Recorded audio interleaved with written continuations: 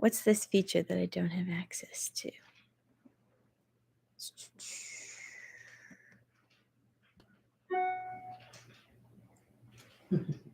Wow, Nick's here.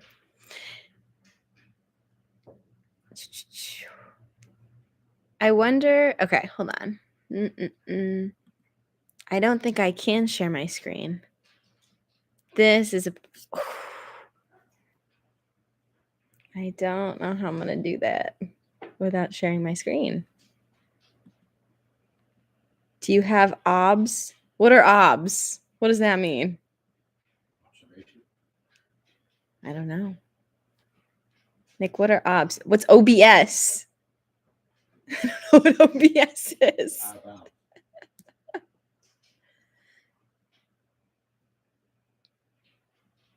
Even Prisha's asking Nick what that is. I don't know what OBS is, but I'd love to be able to share my screen. Open Broadcaster software. What is Open Broadcaster software? Oh, gee whiz. Should I have done this on Zoom instead so that I could share my screen? It's a thing for streaming. Cool stuff. Hi, Jeanette. I don't. Okay. Let's see. Should I do community moderation? No, this might not be a thing.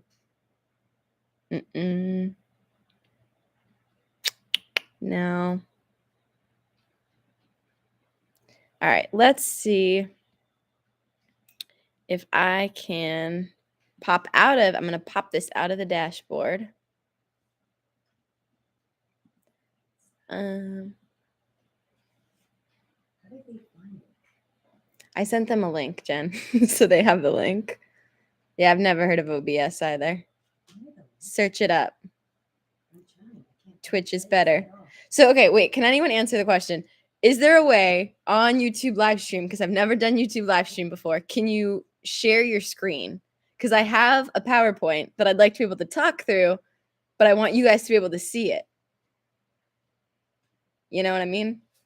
And it's also so weird that you guys can't respond. I'm really wishing I had done this on Zoom because I am talking to a computer screen. Oh. Use YouTube's built-in screen sharing feature. Okay. Because she looked it up. Of course, she's coming in clutch. Okay, YouTube's built-in screen sharing feature. Are there step-by-step directions to finding this screen sharing feature?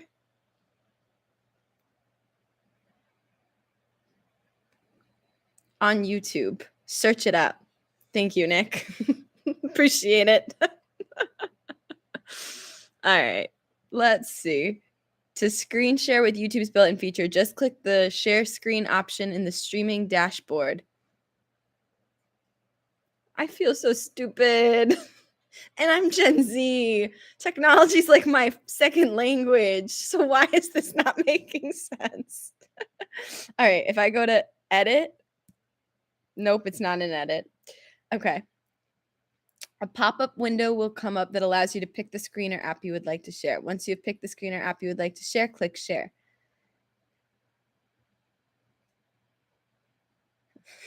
There are also polls for answering problems too. Yeah, I wasn't going to give you guys like practice like questions or anything. I have just I was going to go region by region for this because we really wanted to go over units 3 through 6, and I can do that, but I'm breaking it up region by region because I think we struggle with like, what's Southeast Asia? Like, do we know what Southeast Asia is? I feel like we struggle with Southeast Asia. So we're going to go over Southeast Asia. Not China, but so close. India. Well, India is South Asia. China is East Asia, I think, according to the College Board. Yeah, Indonesia would count, I believe, as Southeast Asia. Cambodia, Laos. India would be South Asia.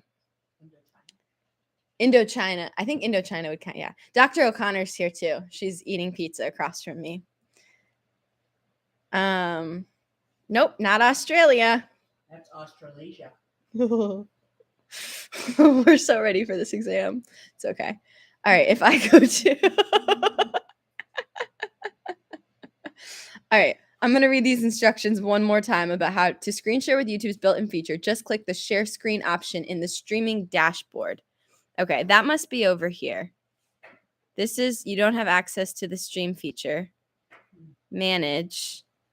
Pop out dashboard. Do I have to pop out my dashboard?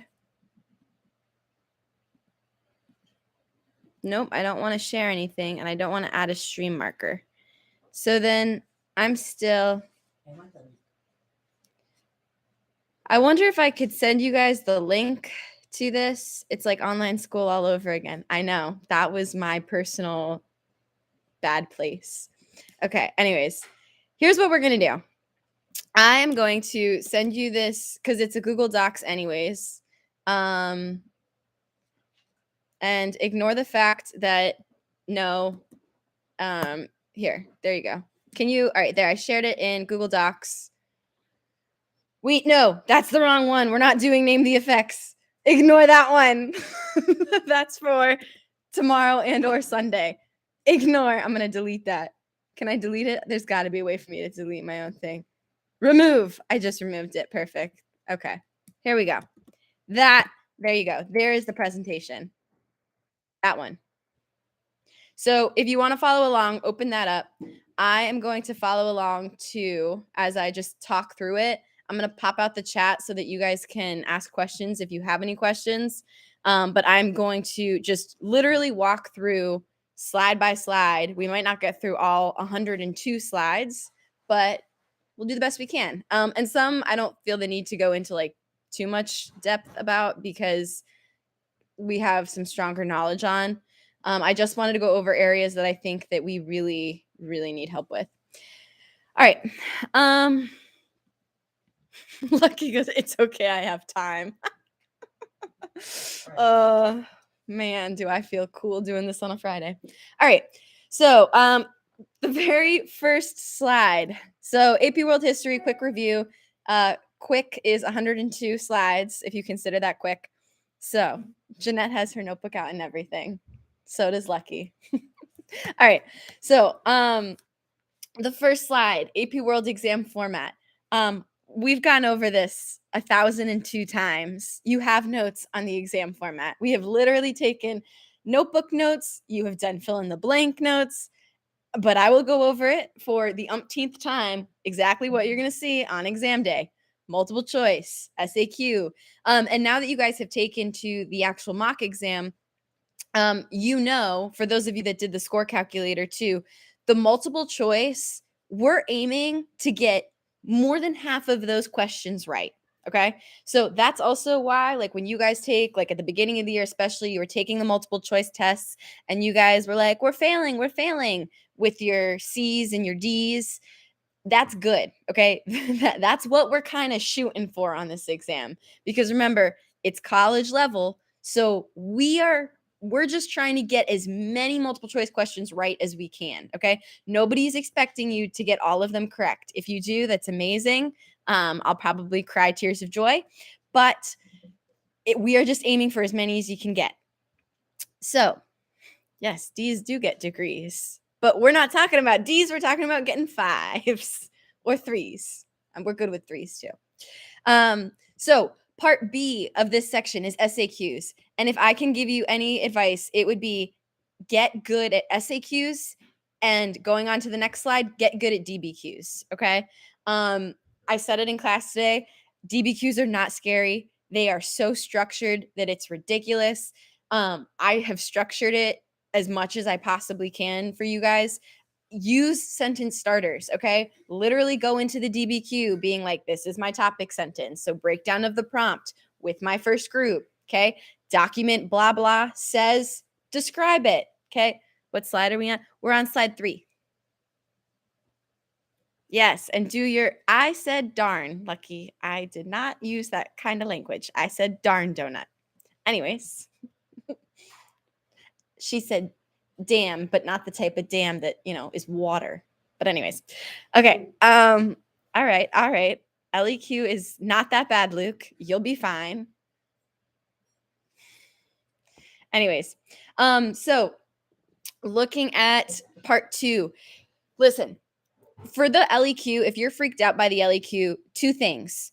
1, pick the time period that you know the most about, okay? Because, and we're going to go over LEQs on Monday, but LEQs are broken up into 3 time periods, and I promise you they're so broad to help you. I know that it seems intimidating. I know that there's a lot going on, but pick the one that you feel the most comfortable with and go with a unit. So if you feel strongest in unit 1, go with unit 1. If you feel strongest in unit 9, go with unit 9. But not the DBQs, the LEQs are going to be so broad that you can pick a unit and just go with that unit, okay? Because they lapse over the period of multiple units. So for example, the first time period, so the first LEQ is going to be all about units 1 through 4. You don't have to talk about everything from units 1 through 4. Pick unit 4, okay? That's maritime trade and maritime empires. Personally, I feel like that's a really content heavy good unit to talk about. Okay, you can talk about Vasco da Gama, Prince Henry the Navigator, Columbus is in that unit. Anything with like empire and their trading posts. So we see the expansion of Portugal. Spain's getting really big during that time period too. You have the triangular trade.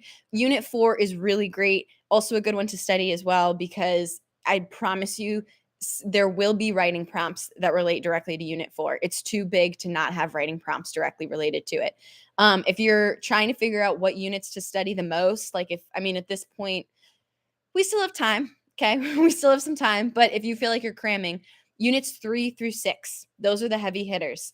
Units 1 and 2 and 7 through 9 are all only 8 to 10% of the exam. So, like the DBQ, probably not going to be about any of those units. But remember, you also don't need a whole bunch of outside evidence to do the DBQ. So, I don't know how many there are, but 6, 7, 8, 9, 10, 11. Only 11 of you are on this slideshow. Are we all following along? Hi, Martin. Martin joined. And Jack's here too. Yes, answer the prompts. That's right. Layla's here too. All right. Leilani's also here. Wow. We got a bunch of people. All right. So I'm going to move on to slide 4. You can't see their faces. You can only see the chat that they're blowing up at the moment. I can't read the slide for a little bit. Okay, Jeanette, just do the best you can. All right, moving on. What is a DBQ? Martin, I'm going to kill you. All right, anyways. So this slide, I wish I could send a screenshot. So for those of you that can look at this 4th slide here, real question is, what is AP? It's called advanced placement, Nick. All right. So the 4th slide here, it's broken up into political, economic, social, cultural. If you are someone who you are like, I still don't understand how to group. I'm talking about grouping here. Are we listening? Grouping. These are your groups, guys. So you can talk about, so first of all, you can use the themes as guiding factors. So you should use the themes to help guide you in your groups, unless they tell you what theme to focus on. Okay. And sorry, I'm yelling, but some of you, I've seen it happen where you're looking at economic factors or cultural factors and you make your groups political, economic, and social. That doesn't work. Okay. So first, figure out, is there a theme in the prompt already? Okay. If so, these are all good things that you can use as groups. So if we're talking about social, so if they're asking for social factors, talk about social structure, talk about group mobility, so people coming together, talk about family roles, gender roles, increase in population, decrease in population, okay? Those are all groups, okay? Those are groups to use. So if you're stuck on groups, you are picking what's the theme, and then how can I take it one step to get a little bit more specific?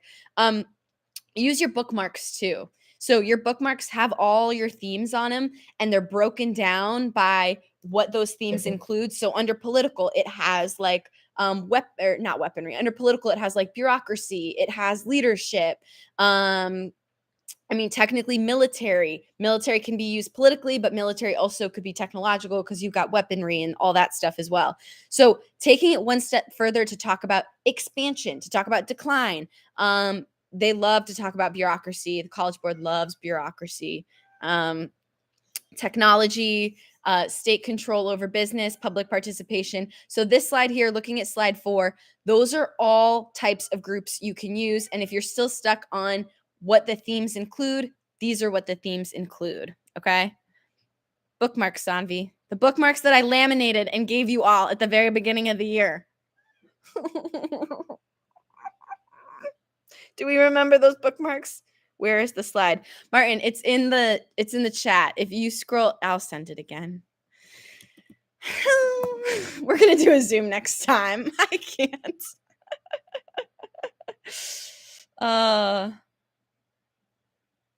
You're welcome. I have like 2 for some reason. Yeah, probably because you thought you lost one and I gave you another one. Could a DBQ or LEQ have anything to do with environment? Yes. Yes, it could. Yes, the Green Revolution. Thank you. The Green Revolution, absolutely. Unit 9, that's what we just talked about, right? Talking about climate change. I promise you, you are going to see some kind of writing prompt that you could relate to Unit 9, okay? Teachers love to skip it, and therefore the College Board loves to test on it. Like, I promise you, I've seen it. Teachers don't teach Unit 9. They don't think that it is going to be on the exam because technically it's only 8 to 10%. So they're like, okay, I'm just going to have, students do a self-taught unit or whatever. Like, I promise you, you will see it on the exam. A way to identify, are they talking about Unit 9? If they're asking you about the second half of the 20th century, that's Unit 9. The second half of the 20th century. But the DBQs are usually based on units 3 through 6. Okay. Any other questions? Are we ready to move on from this slide? Man, this is the best classroom management I've had all year. Like, no one's shouting out, no one's talking back. Oh, it's amazing. Okay. We are now moving on to slide 5. Okay, it should be a vocabulary slide. I just wanted to, so I'm not going to go over all of these words with you because, first of all, that's what inquiry skills is for. And second of all, it has all the definitions on this slide listed for you.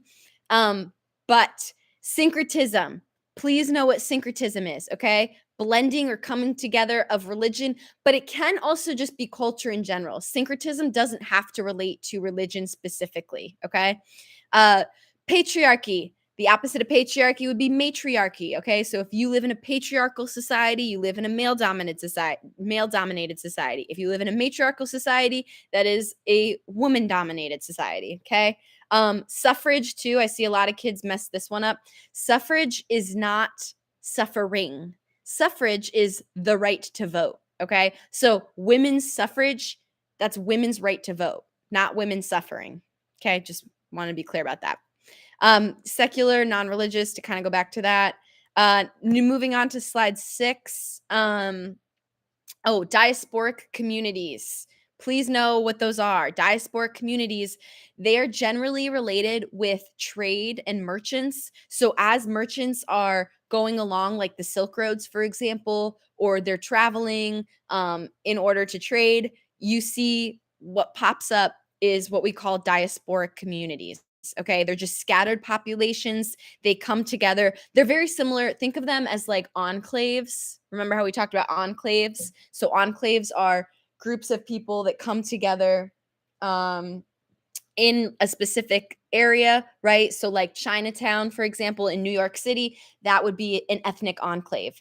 Diasporic communities are really similar to that, okay? So think of a diasporic community as any community or group of merchants coming together along trade routes, okay? Bureaucracy. Please know what bureaucracy is. Land O'Lakes High School, an example of a bureaucracy, okay? You have someone at the top, people below that person, they delegate duties to them and they respond to the person above them. And then they have people below them and those people have people below them. So, for example, oh my God.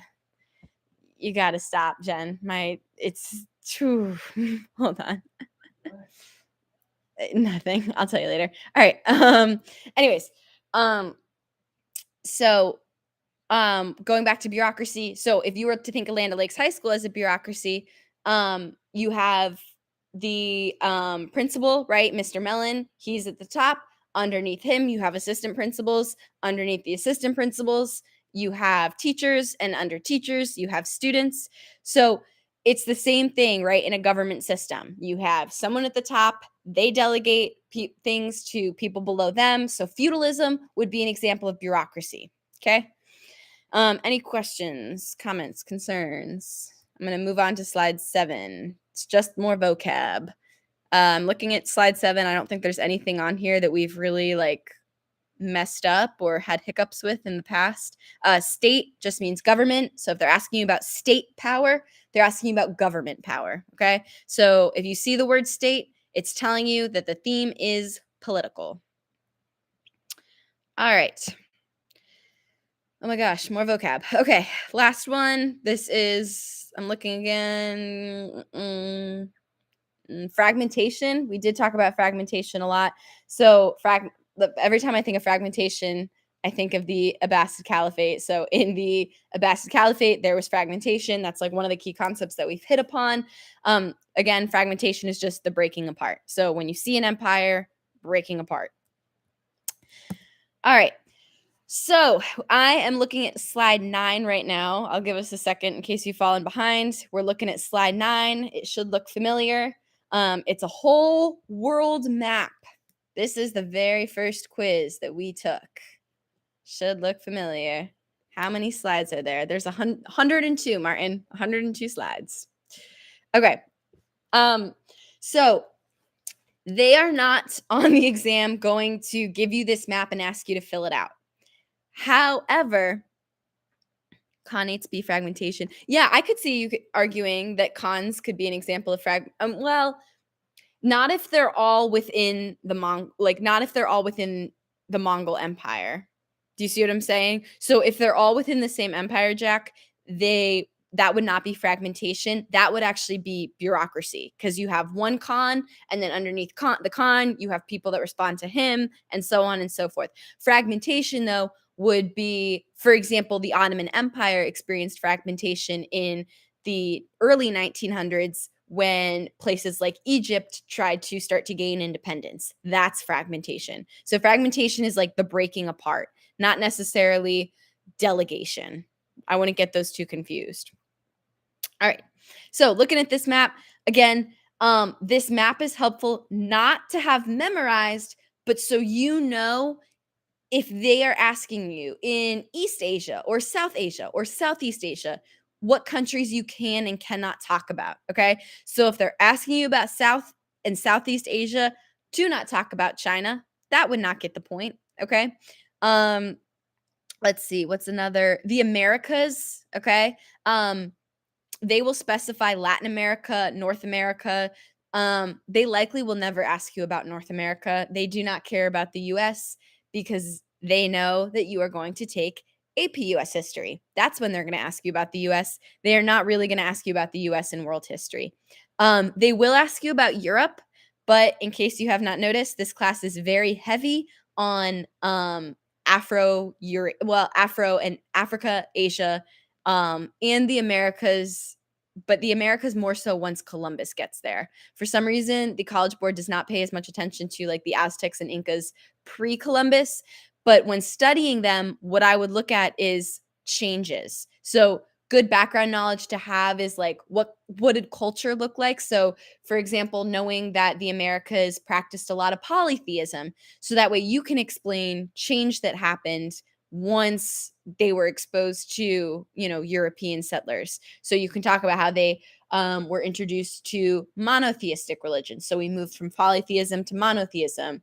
Or you can talk about how specifically the introduction of Christianity and how they started to move away from worshiping like sun gods, for example, if you wanted to give that specific example when in your writing. Okay, moving on to slide, I'm going to skip over slide 10 because it's just literally a bigger picture of the worlds in case you don't know your continents. And at this point, I really hope we know all our continents. Okay, so what's considered Southeast Asia?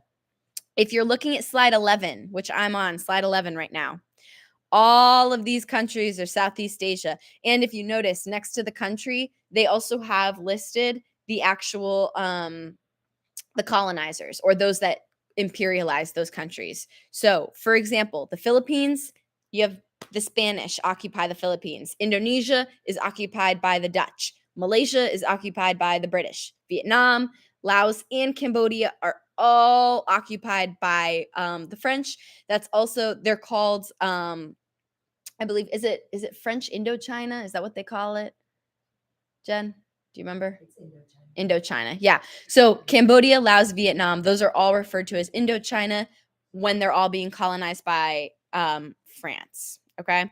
This also overlaps with the Vietnam War too. So for those of you that know or have background knowledge on the Vietnam War, I know we like very briefly talked about the Vietnam War. But part of that was right. France starts to lose access to Indochina come World War I and World War II. All right. Sorry, there were questions. Would we need to know specific religions prior to the Columbian Exchange or just that they were polytheistic before? Polytheistic, but if you wanted to get more specific, you could use examples of like that they worshipped sun gods and they had the temple of the sun. So that would count as like specific evidence. Okay. So, if we're looking, so I'm still on here. Hinduism, Buddhism, Islam spread here by trade, merchants and missionaries, usually via the Indian Ocean trade.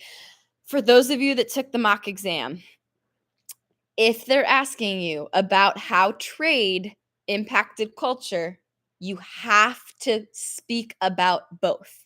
And what I mean by that is you have to say merchants through trade help to spread religions such as Hinduism, Buddhism, and Islam. You cannot just say trade impacted these regions by spreading religions such as Hinduism, Buddhism, and Islam. You have to say that it was through merchants, okay? That's making the connection. If you just say trade and the religion, you're not making any connection, okay? You have to explain and say that it was through merchants. Missionaries are not economic, they're not part of trade. Missionaries are just people who are like, I'm going to go to you or I'm going to go to this country and I'm going to tell you all about Jesus whether or not you want to hear about Jesus, okay? That's a missionary. It's someone who's trying to spread their religion. Merchants, however, they're there to perform trade and they happen to also, as an unintended consequence, spread their religion. Was the political oh wait, hold on. There's a couple. China in relations to Thailand. China and Thailand. I mean, yes, in terms of like cross-cultural exchanges. What was the political structure of the Americas before the Columbian Exchange?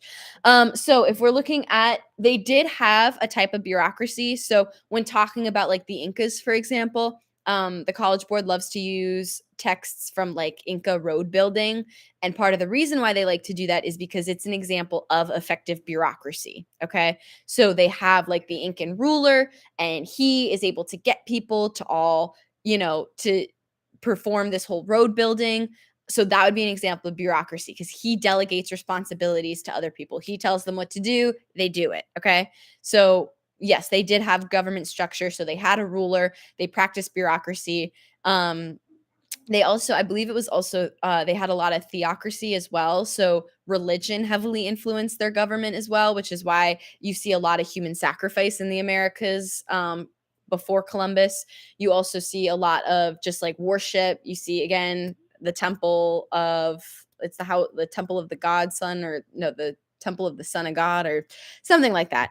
I can't remember the temple's name off the top of my head. But theocracy, huge religious influence, and bureaucracy as well. So having one person in charge, but they delegate to people below them. That's kind of what the political structure looked like in the Americas before Columbus came, specifically in the Incan Empire. Is there any other country or region which mainly had theocracy as their form of government? That's a good question.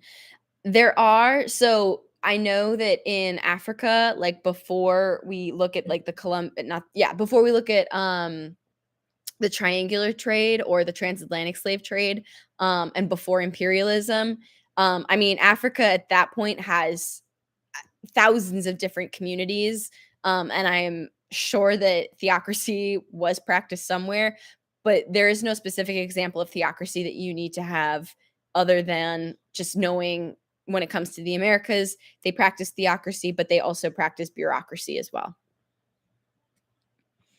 All right. So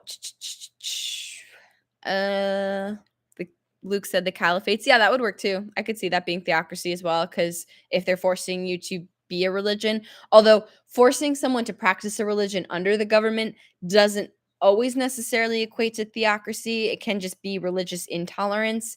Usually theocracy is like they are using religious text to rule. Okay. So moving on to the next slide, if you look at slide 12, the reason why this is a map of the world Muslim population is so that you can see that a lot of Southeast Asia is Muslim. Okay, so Islam has a very heavy influence in Southeast Asia.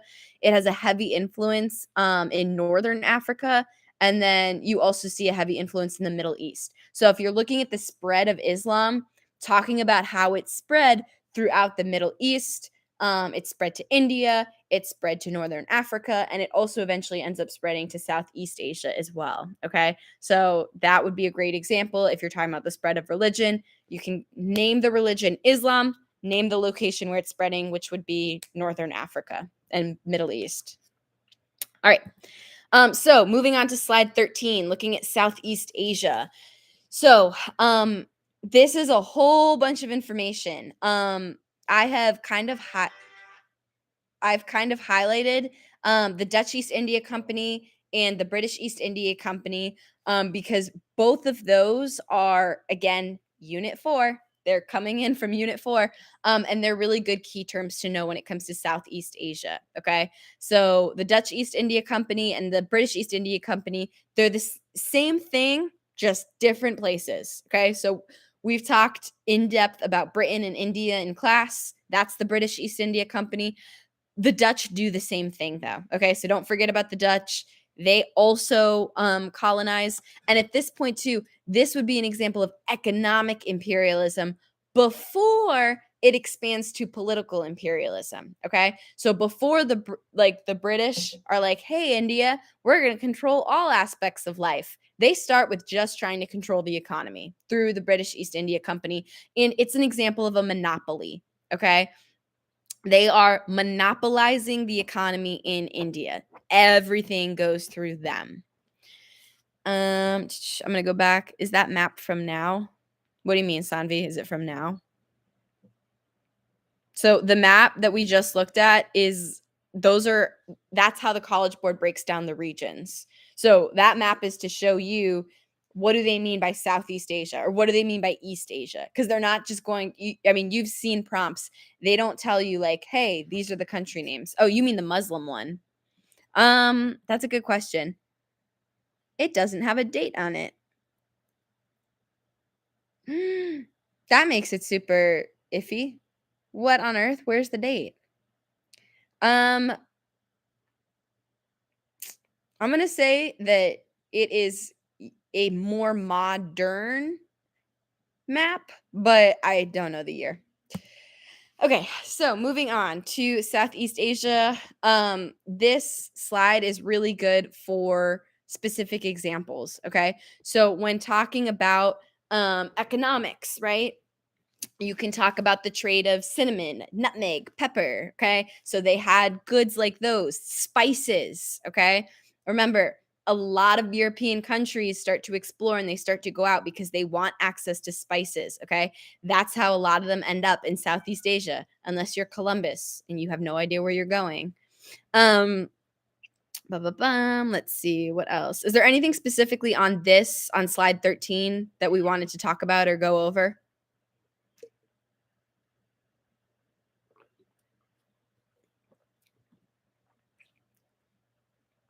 Chat's real quiet.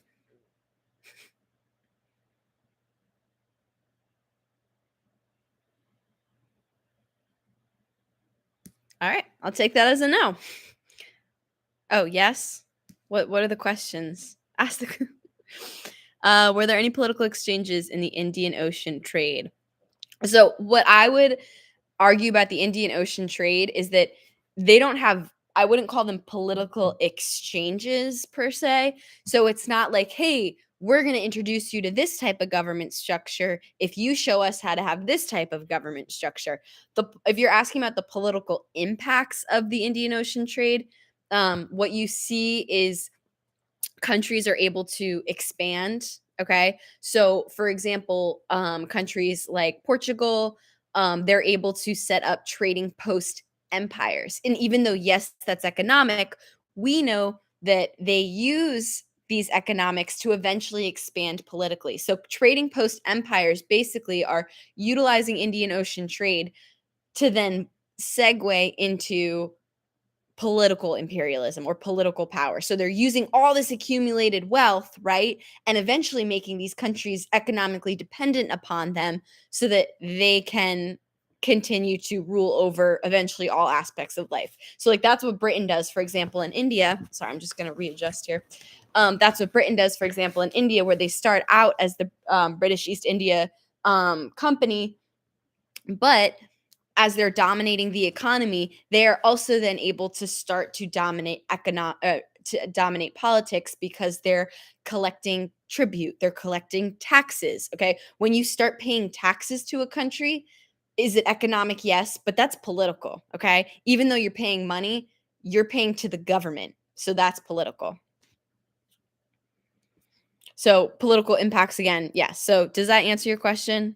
That the political impact would be that you see trading post empires, which we know those trading post empires will eventually begin to expand into imperialism and colonialism and like political imperialism. I'm trying to think too. There was another, this is very similar to the SAQ that you guys had on the mock exam. Let me actually pull up just on my side. So new trade cities. Yes, new trade cities would work as well. Like the Swahili coast. Yeah, absolutely. Okay. All right. I'm going to move on then to slide 14. Are you guys looking at slide 14? Because it should look really, really familiar. You only see it on like every single test that you ever take in my class.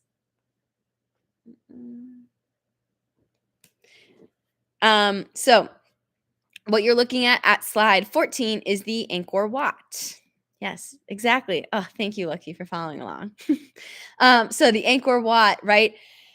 I'm not going to explain to you the history of the Angkor Wat because, frankly, we don't care about the history of the Angkor Wat. What we care about is the fact that this is an example that you can use in your writing when you are talking about the impacts, of cross-cultural interactions. So the Angkor Wat is a great illustrative example or specific example that you can use in your writing when talking about the spread of culture. Okay, culture spread through trade, right, or through cross-cultural interactions. We see this in things such as the Angkor Wat. Okay, so this Angkor Wat, right? It's a Hindu temple. I mean, later on it becomes Buddhist, but it's a Hindu temple in Southeast Asia, right? That's brought through because of trade and because of cross-cultural exchanges. So this would be a specific example that you could use in your SAQ when talking about cross-cultural interactions in 1200 to 1450 in Southeast Asia. So if you're taking notes, I would make sure that in your notes you're including that the Angkor Wat is specific to cross-cultural interactions or the spread of culture in Southeast Asia in 1200 to 1450. If you do not see those three terms, I would not use the Angkor Wat as an example, okay? It's specifically for 1200, 1450, Southeast Asia culture, okay? Spread of culture.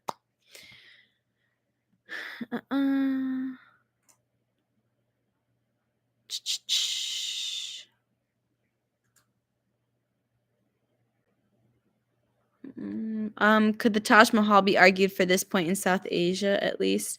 Yeah, I could see how you could use the Taj Mahal. So really what they're looking for is, can you give an example of cross-cultural interactions? And the reason why temples work as an example is because it is a physical representation of a religion being brought somewhere else.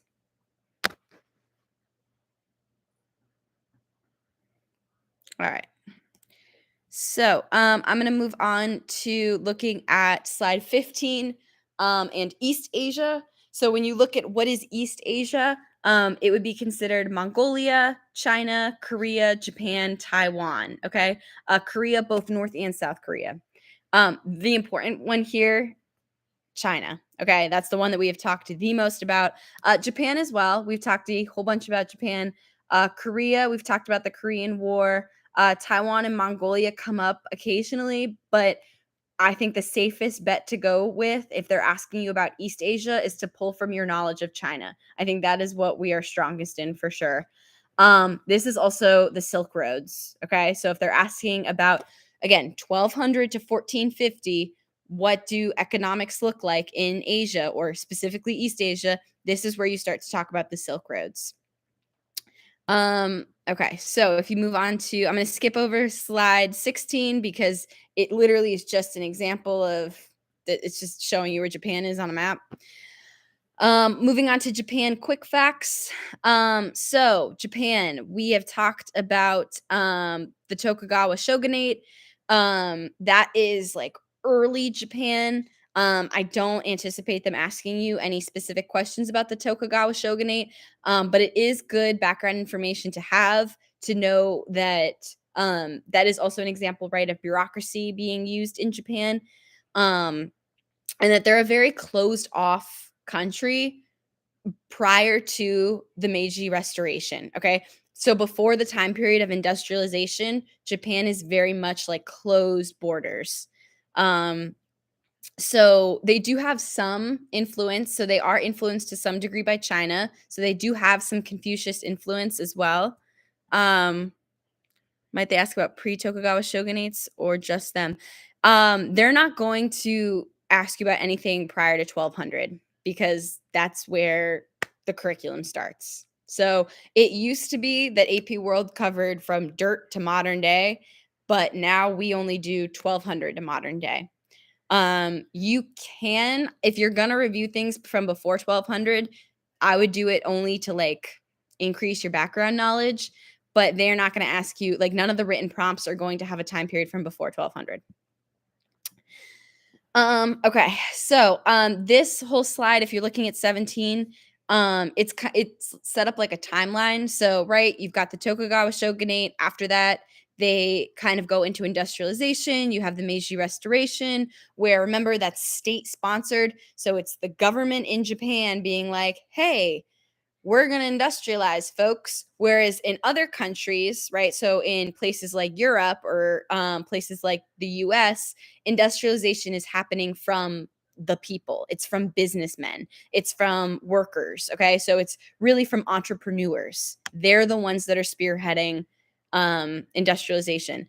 But in Japan, it's coming from the state. It's state sponsored, which means it's coming from the government and government officials as opposed to businessmen who are building their own businesses. Okay.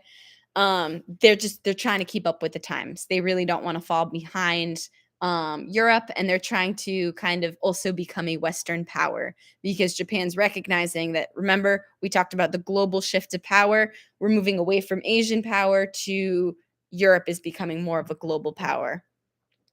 We have, let's see, going into the world wars. Just know that they are part of the alliance with Germany and also with Italy as well. So when you're looking at World War II, it's Japan, Italy, and Germany basically versus everybody else. So they are known as the Axis powers.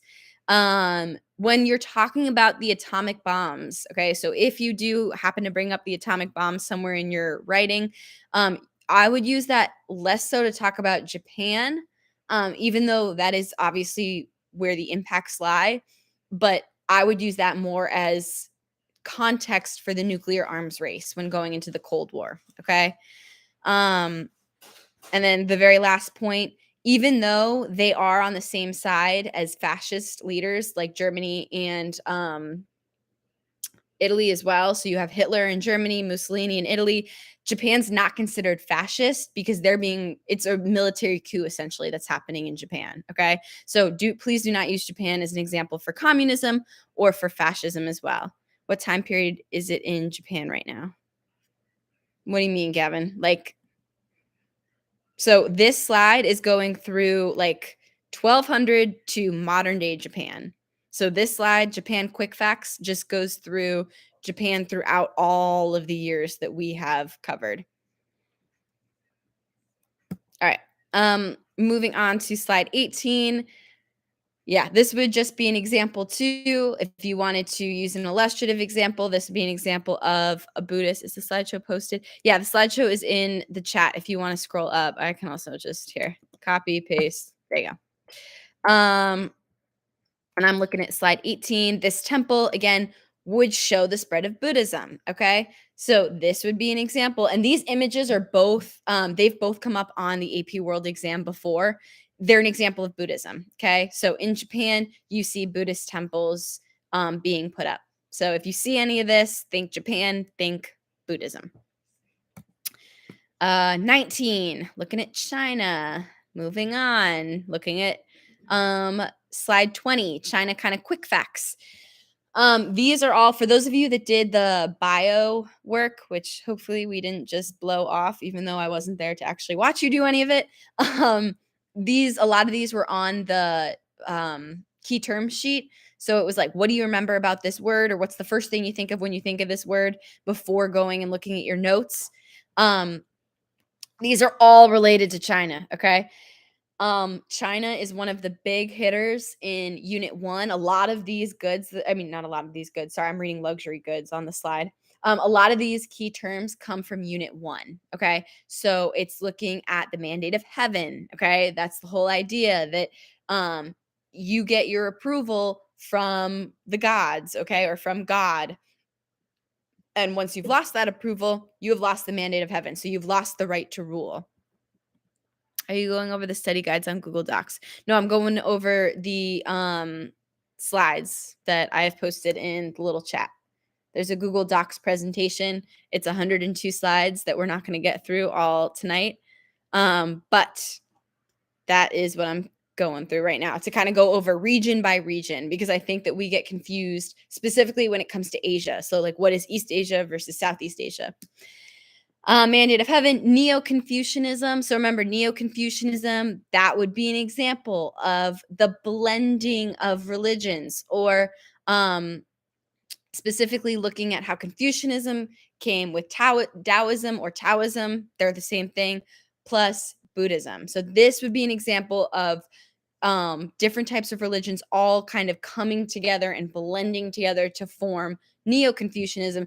But remember, Neo-Confucianism came about because people were moving away from Confucianism. So people in China were like, oh, whoa, wait a minute. There's a lot of Buddhist influence or a lot of Taoist influence here. Let's bring back some of our, OG Confucius beliefs. So that's why they see Neo-Confucianism coming back. Think of it as like Confucianism, like new and improved, So we go through this time period of new types of religions being introduced to China, or just being introduced to East Asia in general. So during the Song dynasty, you see this kind of promotion of Neo-Confucianism. Exactly. That would be syncretism, Luke. Thank you for making that connection. So the tribute system, examination system, I feel like we know the examination system. Correct me if I'm wrong, but I feel like we know the examination system pretty well. I see like a lot of you write about the examination system as a specific example in your SAQs. So, I don't feel like I need to go into too much depth. But just so you know, examination system, both a change and a continuity in China. Okay. The reason why it's a continuity in China is because it starts in China and then it continues even once the Mongols take over. So even after the Mongols have taken over China, it still continues to be used. But it's a change at the same time, because the Mongols are like, yeah, we're going to use the examination system, but we're not going to subject our people to it. So if you were Mongol, you didn't necessarily have to take the examination system, but if you were Chinese, you did. Okay? So it was something that they were like, yeah, we're going to adopt, but we're not going to use it as strictly as it has been used. Okay, so it would be both a change and a continuity in history. Do we have to know about Taoist beliefs? Not in depth. I would know about so when looking at Taoism, I would look at how it was blended with like Confucianism and Buddhism. I think that's kind of the main things about Taoism. Do you have anything to add about Taoism, Jen? It's just all hippy-dippy nature. Yeah, oh, that's a good way to think about it. Yeah, when you think of Taoism, think hippy dippy nature. It's very like being one with nature and the birds and the trees. Uh, not a bad way to live. Did the Mongol version exclude the Confucianism portion of the civil service exam? Confucianism is also a continuity. I don't know specifically if Confucianism continued within the civil service exam, but again, it was subjected. So the civil service exam was still used by the Mongols, and I don't believe they changed the system that much. But what they did change was it's no longer required for everyone to take it. It was only required to take it if you were Chinese. However, if you were a Mongol, you did not have to take it. That's the change, not necessarily like the actual exam itself. All right. So luxury goods, silk, China, silk. Moving on to 21.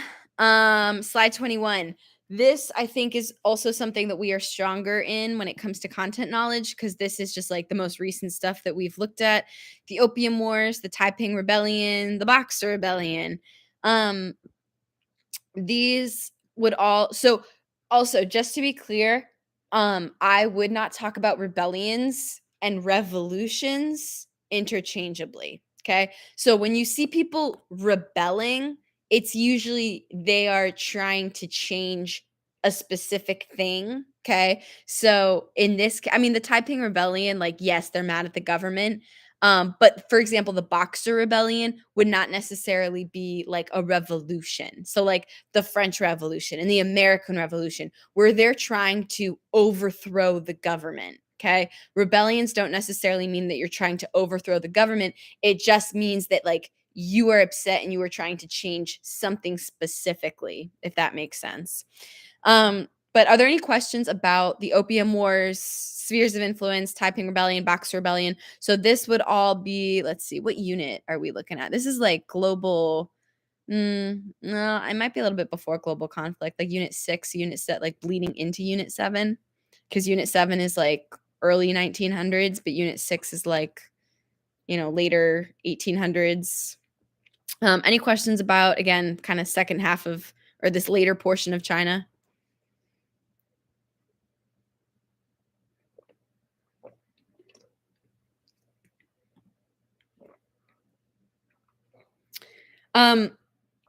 Uprising, rebellion, and revolts are used interchangeably.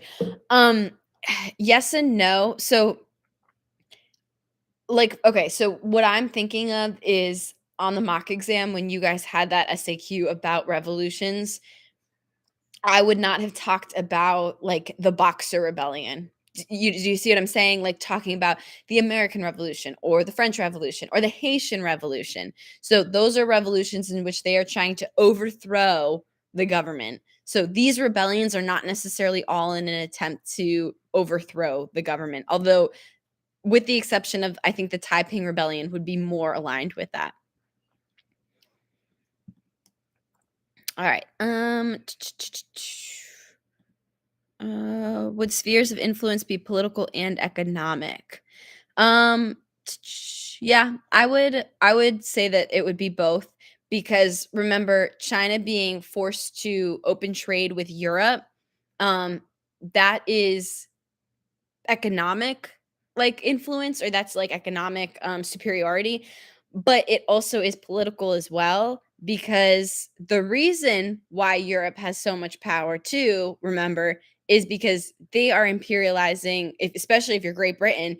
I mean, you're imperializing everything at this point. Like the sun never sets on the British Empire. So that is part of what makes them such a big sphere of influence. So yeah, I could think of spheres influence. I think in this case it's more so economic, because the Opium Wars are economic. But it stems from they have so much economic power because they have so much political power. Like they kind of go hand in hand.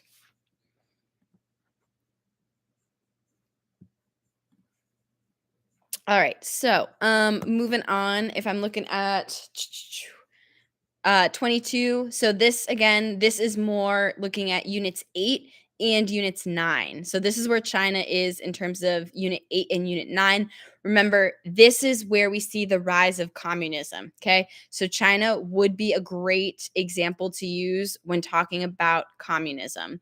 So looking at Mao Zedong, the Great Leap Forward, looking at how with the rise, especially seeing the rise of industrialization, you see the rise of communism or Marxist ideas in places like China because workers are getting really upset, right? So with with industrialization and more people being able to participate in the workforce, it brings up the question of, okay, well, what makes for a fair economy, right? Like, how are we making sure that everyone's making money, that people are being treated equally, that people are being, given their fair rights? So you see this kind of idea of communism start to come up, especially, and this isn't just specific to China, but especially when times like Great Depressions hit. So following World War One, when a lot of countries are down on hard times, America included, they face their own Great Depression.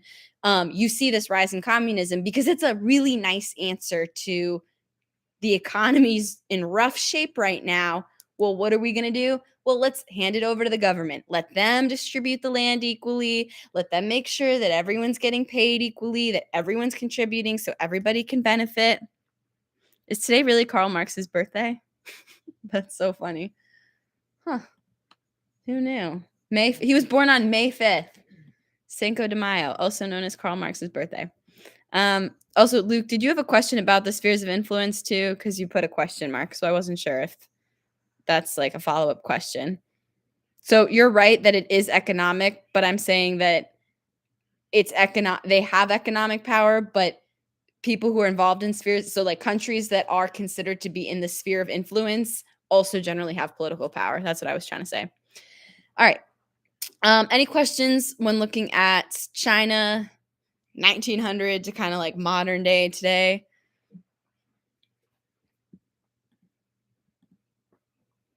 I'm just looking over the slide real quick, seeing if there's anything that we should maybe go over in more. What time is this ending? I don't know. I mean, I could keep talking and talking. I have 102 slides. I'm absolutely not getting through all of these tonight. But I can play it by ear whenever we feel like we are ready to wrap this up and go live our lives. We can just be done. You are also free to leave. You don't have to stay for the entire time. Okay, so I'm going to move on. All right. Ignore slides 23. Slide 23 is literally just the dynasties of China. If you're going to study a dynasty, study the Song dynasty. All of the other ones are not as important. Are you going over the same stuff in the next live streams? No, I'm also thinking it's just that I have a bedtime. So do I, Martin. Literally, so do I. It's 8:13 on a Friday night. Martin, live life, buddy. No, I'm not going over the same stuff. I am going to talk. We'll go over DBQs and LEQs. We can do the whole what was the effect thing too. Okay. Anyways, moving on. So, slide 24, modern China. Again, if you want a timeline, this would be a timeline looking at modern China. That would be a really great example of looking at communism. Okay. So again, if you're looking at the rise of communism, China. Who is at bedtime on the weekends? Oh my gosh. I wish that they were this interactive with the actual content.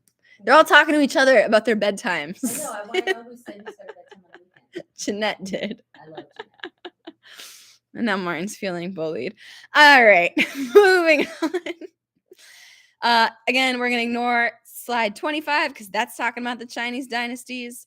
What is considered South Asia? Here it is. You can see South Asia.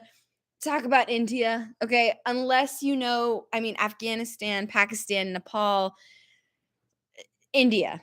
We have talked the most about India. There's no reason to not talk about India. It's just like it's easy. Oh, DJ is here too. Look at that. What's up? I know. Mm-mm. Your mom is there somewhere. And your dad. Great. I know. You're very excited. We love you. Okay. So moving on to slide 27. So India. Caste system, that would be social, folks. So if they're asking you about social things in South Asia, you can talk about the caste system in India. All right. The caste system is huge because it is not only social, but it also has economic implications because the caste system helps to determine what educational opportunities are available to you. It helps to determine what kind of job opportunities are available to you. It is also patriarchal. Okay. So if you're a man, you're at the top of the caste system. Women are not as highly ranked on the caste system. So this is a continuity on the slide. It says continuity throughout South Asia. Okay. So if you're talking about continuities in South Asia, this would be social. You can tie it to not politics. You can tie it to economics, but it is mainly social. Okay. So caste system, social.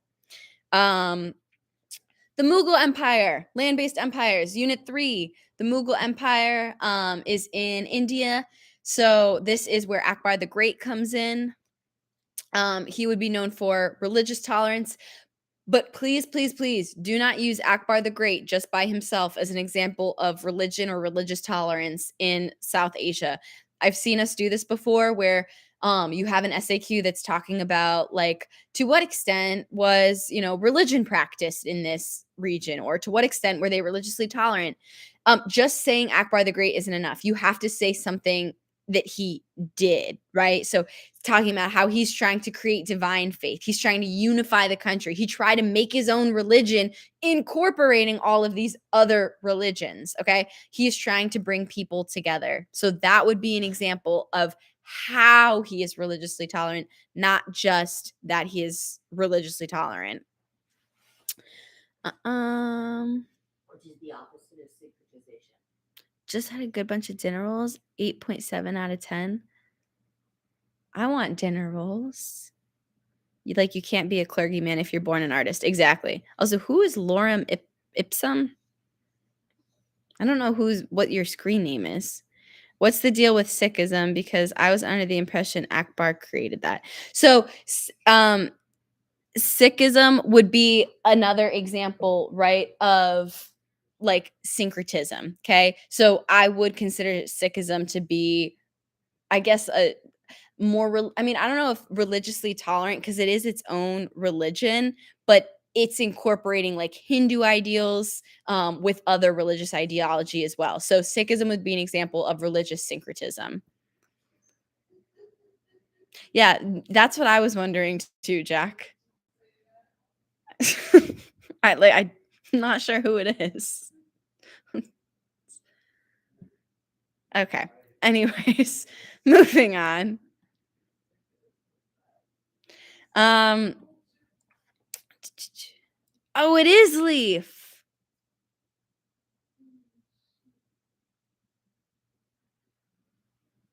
Okay, and now we have a Here Patel. But I have a lot of Patels, but no one's first name starts with anyways. I love it when we put our real names in the chat. It makes it much easier to know who is struggling with what. But anyways, okay, British East India Company, Sepoy Rebellion, Gandhi, non-alignment. Non-alignment, that is what you could have talked about in the DBQ, okay? How some African countries, by being part of the non-alignment movement, right, they were able to gain independence to some degree. So the non-alignment movement during the Cold War. Not every single country was either capitalist or communist. Some countries were non-aligned. Any question about the India quick facts? Whatchamacallit slide? Slide 27.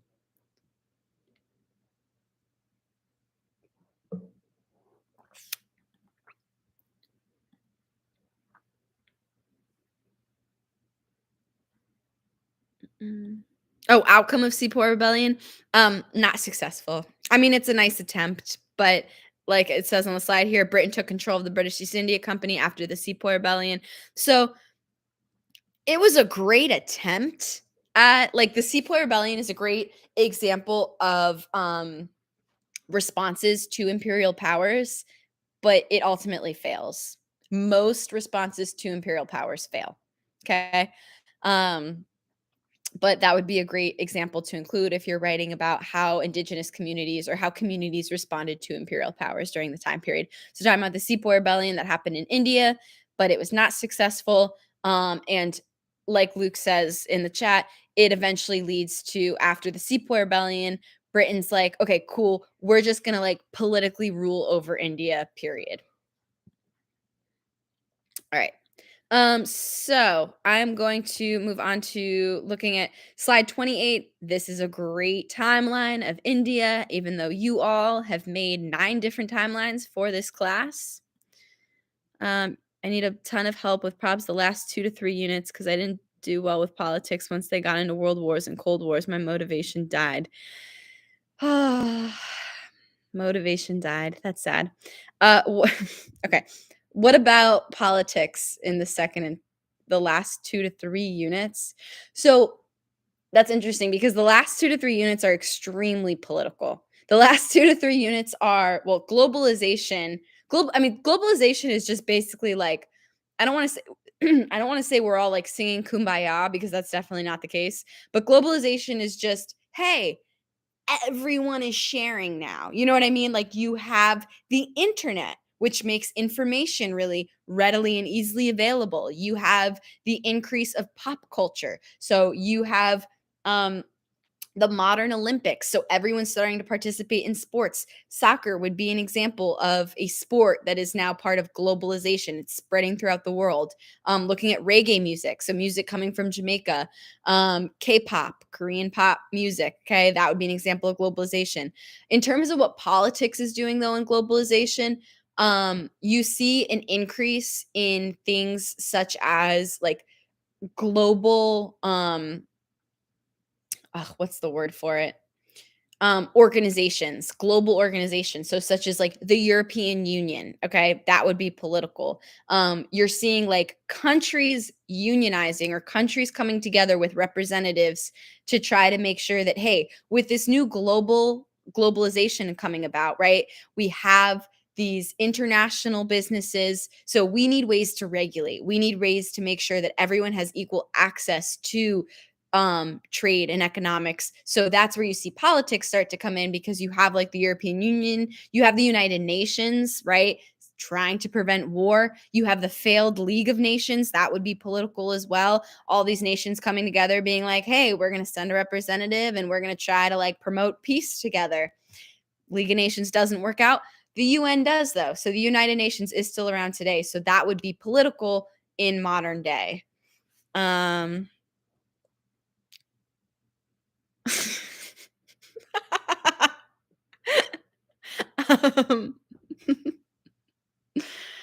okay.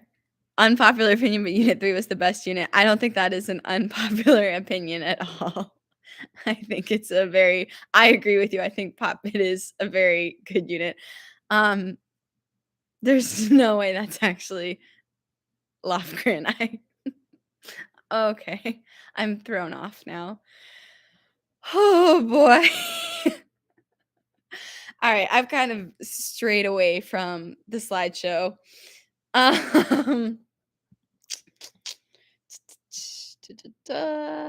right, looking at Central Asia, all of the stands. Those are all of the stands. All right, moving on to slide 30. So what is Northern Africa? When you think Northern Africa, trans-Saharan trade routes. So that's where you see camels. That's where no, not stands, Nick. It's stands. So STANS, okay? Kazakhstan, okay? Afghanistan, Kyrgyzstan, okay? Like stan. Make sense? All right, moving on. So Northern Africa, you've got Morocco, you've got Egypt. I think that those are the two. I think Egypt is one that we talk about more so than the other ones, to be honest, like part of Asia, with a little bit of South Asia. Yeah, I get a stand in the chat. Oh, okay. All right. So looking at Northern Africa, trans-Saharan trade routes. Okay. Islam. Islam is in Northern Africa. Islam spreads throughout Northern Africa. I think I feel like I have to yell because I'm used to being in class and having to like project. Okay. Spread of Islam. So if they're asking you about cross-cultural interactions, specifically looking at like Africa or Afro-Eurasia, the spread of Islam is a really great example for that. And it spread on or through trans-Saharan trade routes. All right, slide 31. North Africa quick facts. This is where we talk about the Abbasid Caliphate or the fragmentation of the Abbasid Caliphate, okay? The Ottoman Empire. Please study the Ottoman Empire. The Ottoman Empire, the College Board loves the Ottoman Empire, and it's everywhere with good reason. It is one of the largest empires that we talk about. It is also one of the longest lasting empires that we talk about. So it goes from Unit 3 all the way to Unit 8. Okay. It dies in Unit 8, but it's there throughout. It's a continuity throughout all of our like heavy hitting units. Okay. So study the Ottoman Empire. Okay. I'm going to put that in the chat just in case you have me muted. Study the Ottoman Empire. Please and thank you. All right.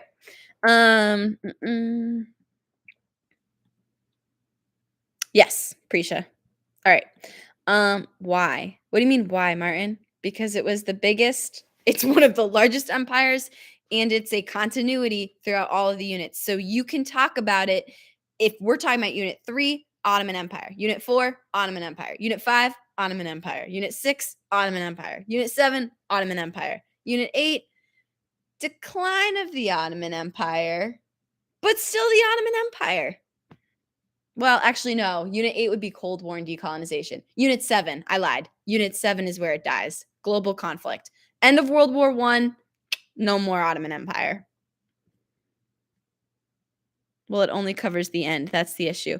No, it goes through. The Ottoman Empire is talked about in Unit 3. So talking about the expansion of the Ottoman Empire. It became the weak man of Europe. Exactly. All right. So, Northern Africa, Muhammad Ali, different than the actual boxer. Remember, Freeman mentioned that. He's there to help Egypt, right? He tries to industrialize Egypt. Doesn't totally work out. It puts it into debt. It allows British to do what the British do best, and they take over. They imperialize. But yeah. And then eventually, Northern Africa, along with the rest of Africa, Berlin Conference, it ends up being imperialized by Europe. All right.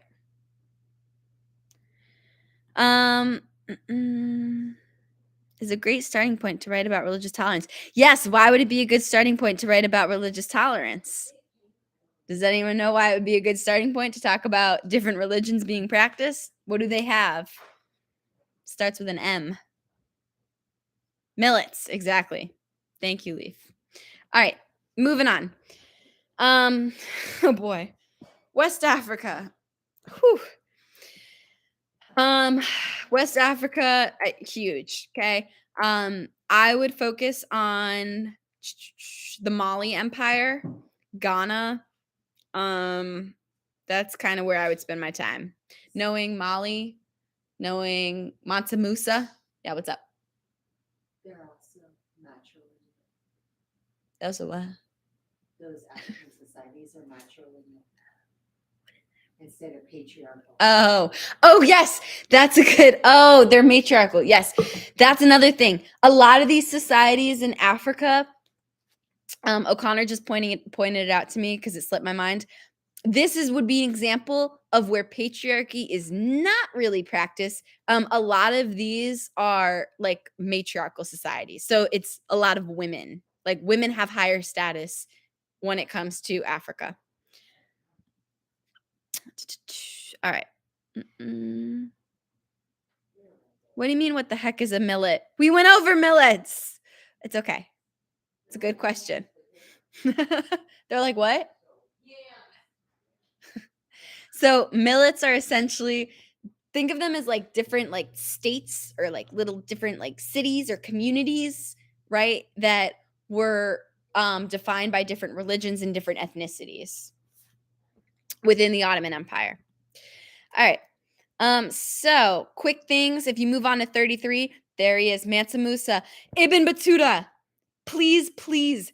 The College Board uses so many documents from Ibn Battuta. Okay. They love to use Ibn Battuta because he documents everything. Okay. He was the MVP of one of the units. I forget which unit it was, but the reason why you see so many excerpts and documents from Ibn Battuta is because he was a traveler that wrote literally everything down. So if you want to make history, travel a lot and write everything down as you're traveling. He is Unit 2, but they use, I think he is Unit 2. He's not lame. He documents everything. Okay, he writes everything down. He's the reason why you guys are able to study all of this content. Okay, primary sources, they make up history. Anyways, okay. Um, Prince Henry the Navigator. We're talking about Unit 4, but we're also talking about Africa because Prince Henry the Navigator, right? He was the Portuguese traveler. He is able to set up trading posts in West Africa. Triangular trade. This is where we have the slave trade. So triangular trade is the same thing as the slave trade. And does anyone know what it's called? The specific route that enslaved people took? What's that specific route called? It's the Middle Passage. Exactly. So the Middle Passage, right? If it's asking about the Middle Passage, it's asking you specifically about enslaved people. But the triangular trade, right, is from the Americas, Africa, Europe. It connects the three. It's different than the Columbian Exchange. Not the same thing at all. The Columbian Exchange is a biological exchange where, whoops, Columbus came to the Americas and, sorry, brought syphilis. Didn't realize he had syphilis. Okay. However, the triangular trade is, I will give you, we're going to intentionally or purposefully bring these enslaved people from Africa to the Americas. And then from the Americas, we're going to bring goods and crops over to Europe. And then they also transported rum too. Rum was part of the triangular trade as well. All right. Any questions? If we're looking at slide 33, are there any questions? Modern day, if you're looking at like Unit 9 in Africa, that would be epidemics like AIDS and Ebola. Any questions about Africa, specifically slide 33?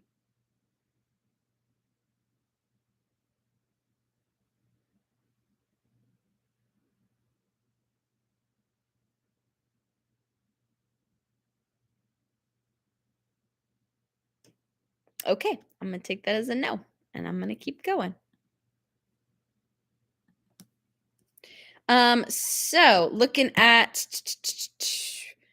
slide 34. I forgot about this one. This is the travels of Ibn Battuta. So again, don't memorize this, but knowing that Ibn Battuta documented all of his travels. Yeah, I don't know who it is for real. Sorry guys.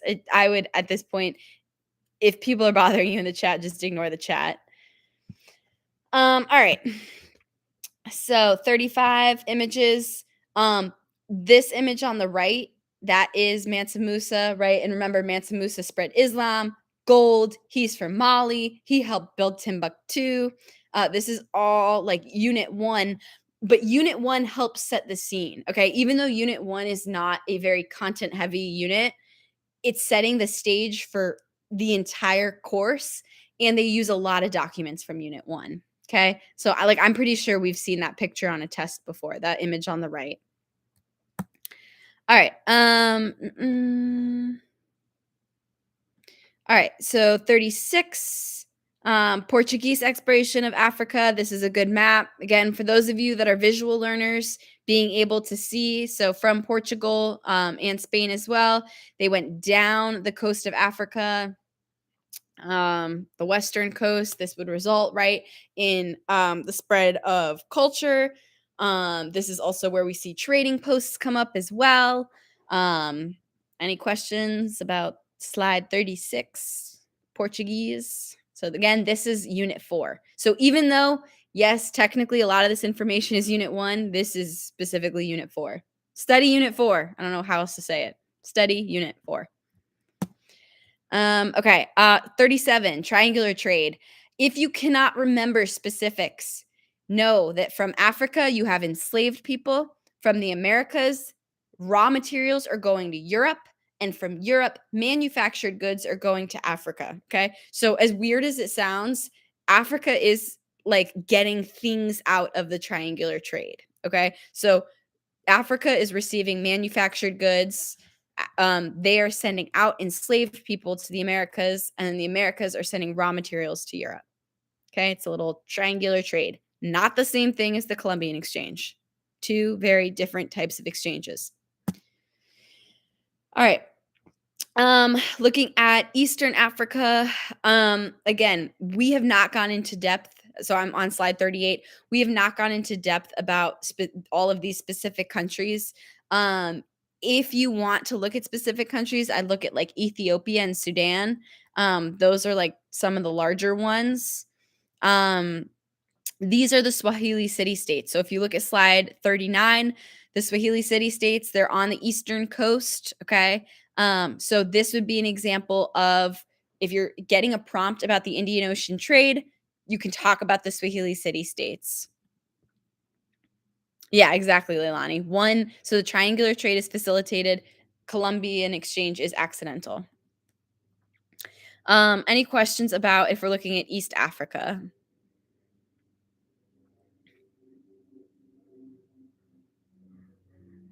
So this slide is kind of a good like timeline, focuses on Ethiopia, scramble for Africa, Swahili city-states, and then eventually once we get to the 1900s, we see decolonization.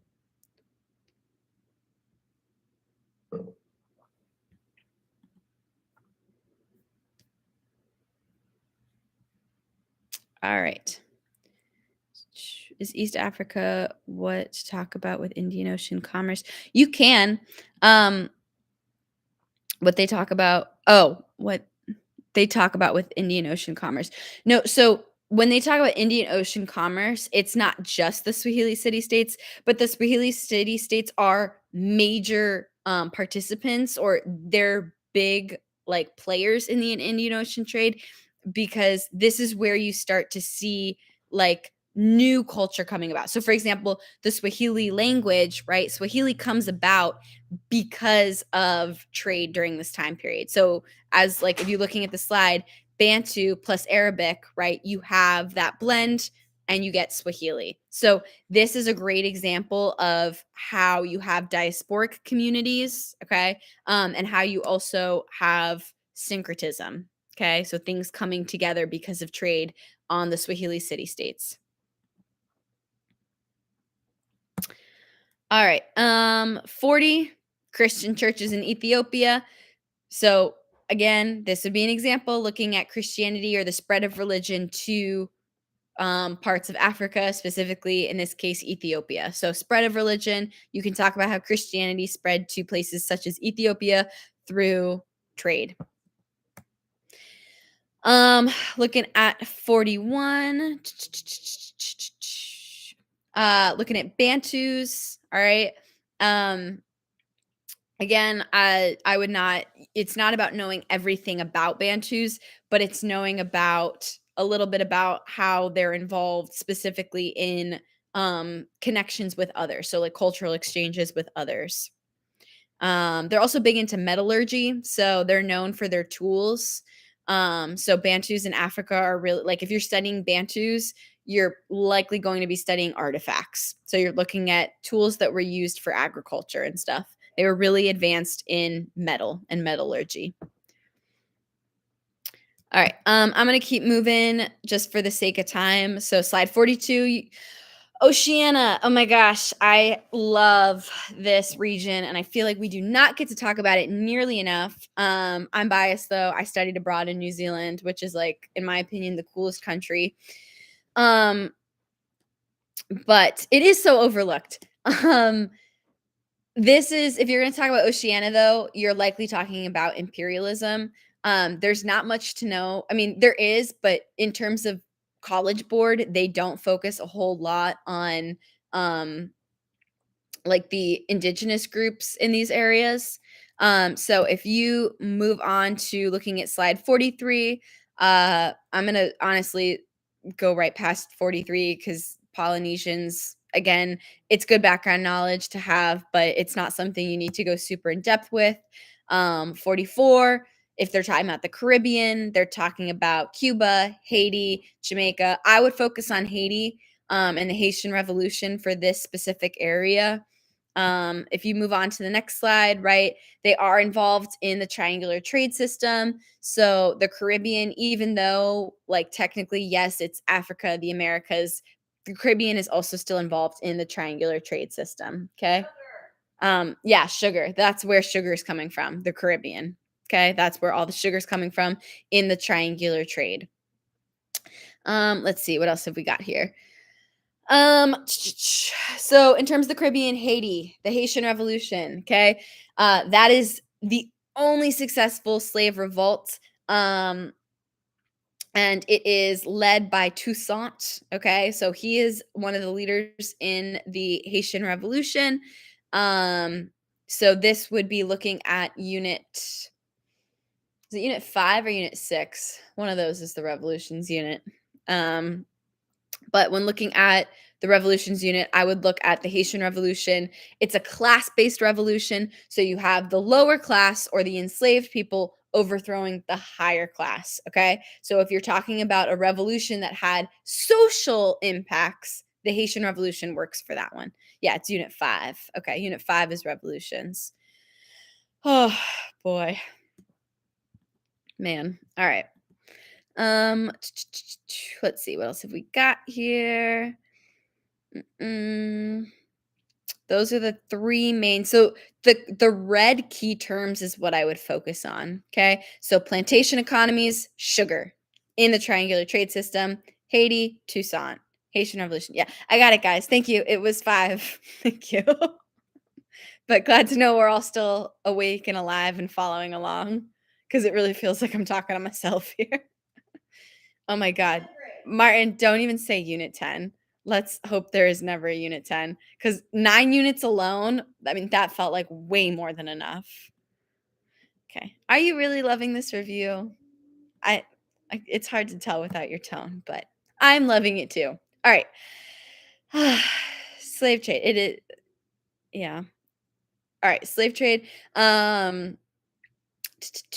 This is just another more in-depth map of the slave trade. So you can see tobacco, coffee, cotton, sugar, mining, rice, all of that is involved in the slave trade. Okay. Yeah, I'm not quite sure what else to say about the slave trade.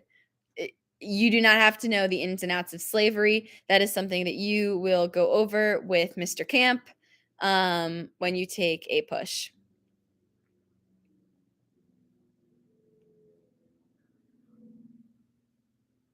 No, we're not. Okay. No. I'm not going until midnight. That's past. I mean, I cannot. I will be asleep. I have been up since the crack of dawn. All right. So, what's considered the Mediterranean? Oh boy. Oh, who cares? I mean, we do care. But this is where we get, actually, if you move on to slide 48, you'll see the significance. This is the Mediterranean is this is where we tie in like the Latin sail that we love to talk about. Okay. Because of the Latin sail, we are able to sail, and do sail over the Indian Ocean, the Mediterranean Sea, all of that good stuff. Okay. So because of these new, I know it's called junk, which is kind of funny, but yeah, junk is one of the ships. On the mock exam, a lot of us talked about bigger ships. You can come out if you know that it's the junk ship, say the junk ship. Okay. The more specific you can be, the better. All right. Mm. What the heck is a Dow? It's a ship with a lateen. Are you following along on this? You must be following along on the slide. It's literally written on the slide, Luke. You can see it. It's a ship with a lateen during the Roman Empire. But again, the whole point is not to know everything. We're trying to know a little bit about as much as possible. Okay, just knowing a little bit. Taoism, nature, and hippies. Okay, nature. Think nature when you think of Taoism. Yes? No. Okay. Anyways. All right. If you move on to the next slide, that's a Chinese junk ship versus a European caravel. So as you can see, if you go back to the last slide, right, Chinese junk ship kind of like dominates in terms of the caravel. Okay. The College Board has put diagrams on there before where they're like big ship, littler ship. Okay, the big ship is the junk ship, the smaller ship is the caravel. All right. Anyways, moving on to 50, gunpowder, Chinese invention used during the Tang Dynasty. Remember Tang. Anyways, what else have we got on here? The Mongols use it. Gunpowder is unit 3, guys. So land-based empires, that is how they are expanding. Can you give an example of ships? Yes, a caravel. Okay, moving on. Any questions when it comes to gunpowder? So the Mongols use it. However, they are not considered a gunpowder empire. They're kind of on the decline once gunpowder reaches its extent. And you see the increase in land-based empires. So this is where you see the Ottomans use gunpowder, the Mughals use gunpowder, the Safavids use gunpowder. These are all gunpowder empires. All right. Where'd that thing come from? I guess we're in the where'd that thing come from. We're in the things section. Technology. These are all types of technology. The Gutenberg printing press. Can anyone please explain to me the significance of the Gutenberg printing press during the time period of like the scientific revolution or the Renaissance or even the Protestant Reformation? What do you mean, people could spread info faster. Yes. New printing, spread of information. Yes, it allowed for the spread of knowledge. It makes books and paper money. The Bible. Yes. Dr. O'Connor's screaming in the background. But the not the spinning Jenny, Martin. The spinning Jenny has nothing to do with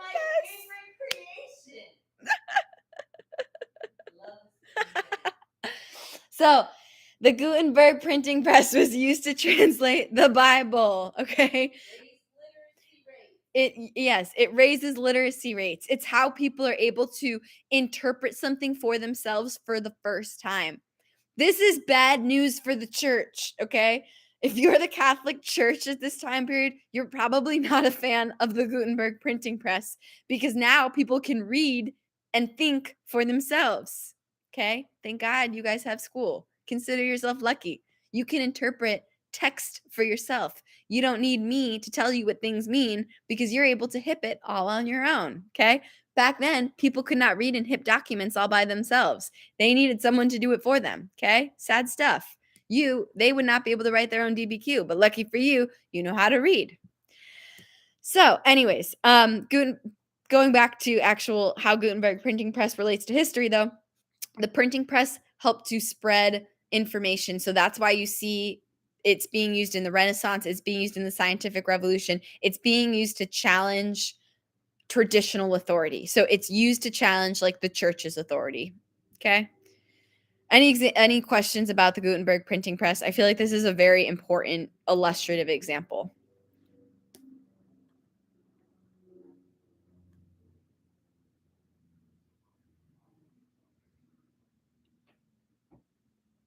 So glad I could read. I'm so glad you could read too. All right.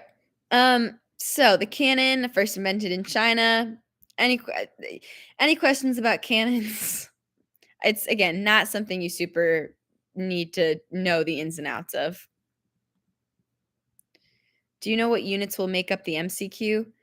Well, for those of you that took the multiple choice on the mock exam, did we notice a pattern on what units it covered? It's going to cover units 1, 2, 3, 4. It'll cover all of them. The only units you may not see tested on are units like 9, 8, like the later units. And the reason for that being is that because the later units are 8 to 10% of the exam, they're more likely to add an SAQ about the later units so that it's making up, like, if it's one SAQ prompt, like that's about 8 to 10% of the exam. Do you see what I'm saying? So multiple choice questions are going to probably come from earlier units. Yeah, you had a Unit 9 on your mock, Green Revolution. Yeah, I don't know why we didn't choose the Unit 9 SAQ. I mean, you could have talked about K-pop, you could have talked about reggae music, you could have talked about the European Union, the United Nations, the internet. Like there was I think that you guys see second half of 20th century and for some reason we don't think like, oh, globalization, Unit 9, modern day, like second half of the 19th century might as well, I mean 20th century might as well be like today, like modern day, what's happening, All right, I'm going to move on to yeah, Unit 9 looks really complicated, but really it's just everyone is coming together and it creates more global problems instead of regional problems. Emerson, Unit 9 is like I said, it's just we're moving away from problems in China and Europe and Americas and towards global problems. So with globalization, you see, hey, we have everyone's now, doing business with each other. So you have international businesses, but how does that work in terms of like, you know, how does that impact cultural practices? How does it impact labor practices throughout the world? How are you making sure in terms of in the environment, right? So if I'm an American company, but I'm doing business in India, am I creating, pollution problems in India, even though I'm based out of America? Do you see what I'm saying? So it's just basically like, how with all these new global connections, how is that creating world or international problems? All right. We're talking about McDonald's. Oh yes, McDonald's. That would be an example. Sorry, that would be an example of a business that you could talk about. That is a global business. Yes. Okay. All right. All right. So, slide 52, the compass. The compass. One of the SAQs. All you had to say was the compass, and you got the point. I mean, not all, but the compass got the point for one of the SAQs. All right, moving on. Dar al-Islam, achievements in Dar al-Islam. Remember, Dar al-Islam just means like the land or the empire of Islam. That's literally what Dar al-Islam is, okay? Guys, think science, technology, education, okay? You have math because of Dar al-Islam. If you're in algebra, you can thank Dar al-Islam. You have the concept zero because of Dar al-Islam. Okay. This is where you're spreading numerals. The canon of medicine that came up. This was something that you could have talked about in the mock exam SAQ. How these medical books were translated from Muslim to other languages such as Hebrew, so that, for example, Jewish people could also have access to it. Okay. So spreading Islam is like, I mean, that is the intellectual hub. Okay. It is knowledge, it's information, it's really technology and education. If you're interpreting a picture that's associated with Dar al-Islam, the purpose of it is likely not to show the spread of technology. The purpose of it is to glorify, right, the empire that it's coming from. So when you're looking at a document-based, I'm talking about the document-based question that was on the SAQ, please make sure you're interpreting the document. If you have to, HIP it. hip it before you write your SAQ, because they didn't want you to talk about, oh, the purpose of the document is to show all of, the education and technology that Dar al-Islam spread. The purpose of that's the point of view. They're showing you all of the good things that Dar al-Islam did and all of the science, technology, information that it spread for the purpose of glorifying them. Okay? I'm going to look back at the chat, see if we're actually listening. 0, 0. It was Mayan, but they weren't first. Yes, exactly. Leaf, yeah. They both had, but we credit Dar al-Islam with the spread of the concept. So it's like, who had the idea first? Well, the creator who claimed it and spread it first, they get the credit for it. We didn't take it from them. Let's not talk about geometry right now. Oh, sorry. Touchy subject. All right, moving on. Hinduism, caste system, India. Oh my gosh. Please don't write about how Hinduism spread to India. It didn't spread there. That's like the birthplace, okay? So I would not talk about Hinduism spreading to India. That's just no. It spreads from India, but not to India. All right. I'm going to keep on moving again for the sake of time because it's almost 9 o'clock. 55, if you are confused or you want a visual of the caste system, that is the caste system, okay? So you have the untouchables at the bottom, and then as you can see, all the different, what's the word that I'm looking for? All of the different, like the hierarchies within the system, they all have their own jobs. Okay. So at the bottom, you've got peasants, you've got servants. Above them, you have merchants and landowners. Above them, you have warriors, you have kings. And then at the very top, you've got like priests. Okay. So you're born like into your position. Like this is like you're born, this is what you're going to do with your life. Latrine cleaners, those are toilet cleaners. Yeah, you don't, yeah. That's just another way to say you're a bathroom cleaner. That's what a latrine is. All right. 56, spread of Hinduism. That's the spread of Hinduism. Cool. Moving on to 57. Judaism. This is one of the very first religions that we talked about. So it is monotheistic, which means there's only one God. And remember, from Judaism, right? This is one of the oldest religions, not the oldest religion. I think Zoroastrianism is the oldest, one of the oldest religions. I think it's older than Judaism is.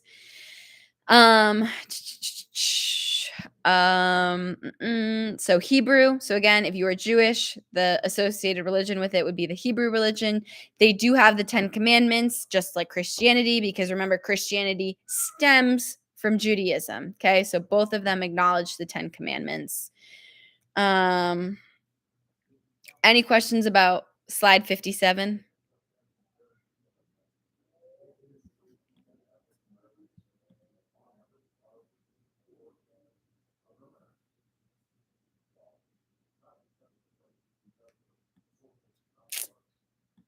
All right. I'm going to take that as a no. Moving on. Yes, it is an Abrahamic religion. Martin, this is like one of the easiest environments to focus in. All you have to do is follow along with the slides. You don't even have to look at the chat. like, you can ignore the chat, guys. Okay. All right, so moving on to Christianity. Again, another Abrahamic religion. When looking at Christianity, what I would focus on is less about its origins, and I would focus more so on like the Great Schism, the Protestant Reformation, and the Counter Reformation. those are two key terms that I would please, please, please be familiar with because they are great examples that you can talk about when talking about fragmentation of religion. Okay. There's so much to talk about with the Protestant Reformation. It was led by Martin Luther. You have technology in the Protestant Reformation because Martin Luther, he used the Gutenberg printing press to print out copies of the Bible. He translated the Bible into languages such as German, so like everyday languages, so away from like Latin to everyday languages so that people could read and understand it for themselves. This is where you have the 95 Theses. So Martin Luther is like one of the best complainers in history. He takes his 95 complaints and he tacks it on the church door, leaves it there. Like, this is before the time of social media, obviously. So it would be like if he went to Twitter and tweeted 95 different things that he hated about the church or 95 different problems he had with the church. He just tacks it on their door. And this is where we see the birth, right? We start to see we're moving away from Catholicism. The Catholic Church starts to split, and you have Protestant come about. So, really, its own section of Christianity is born. So, this would be an example of a schism, not the Great Schism, but a schism because you see this split in the Catholic Church. So, you have the Roman Catholic Church, you have the Protestant Reformation, which is, you have the Protestant religion is born. Lutheranism is also born. So you do have other like different sects of religion. Calvinism, John Calvin is another player in the Protestant Reformation. But I would focus on Martin Luther for this one. So when looking at the Protestant Reformation, I would really think Martin Luther, 1500s. The church does respond, and that's what we call the Counter Reformation. So this is where we see Jesuits come in. So Jesuits are missionaries, people trying to spread the Catholic word or the Catholic churches. They're trying to rebrand the Catholic Church and they're trying to promote the Catholic Church. It's basically the Catholic Church being like, we're not that bad, guys. Like, we know Martin Luther has a lot of complaints, but we're not that bad. All right. I hesitate to go back to the chat, but I just want to see if there's any actual questions. We still got 40 slides. We don't have to get through all these slides tonight either. Although I don't want to do this again tomorrow, if I'm being honest. I would rather tomorrow do a slideshow of what's the cause, what's the effect, and I think I'm going to do it on Zoom instead so that it's a little bit more interactive. But I'll give you like, a key term. So like the bubonic plague or like the Crusades, and then think of effects yourself. And then I'll show you on the next slide what some possible effects could be. Yeah, we should just finish these today. All right, let's start going through these a little bit quicker then. So 60, spread of Christianity. That is the spread of Christianity. Again, I'm not going to, unless we have specific questions, I don't feel the need to like sit here and explain a map to you. Is there any specific questions about this map? With an IA generated teacher, that's my worst nightmare. I would like to think I can't just be replaced by artificial intelligence. Gosh, what is Christianity? Okay, and with that, I might go to bed. Oh my God. All right. Martin is over his bedtime. You're right. All right. All right. Moving on. We've got three cathedrals, Gothic architecture. That's the Middle Ages. We didn't go a whole bunch into the Middle Ages. That's okay. All right. 62. I'm on slide 62. Islam quick facts. We've got Muhammad from Mecca. Allah is the one God of Islam, the Quran. Any questions about Islam in specific that we've got? Islam's a big one when talking about the spread of religion, okay? Because Islam spreads a lot everywhere.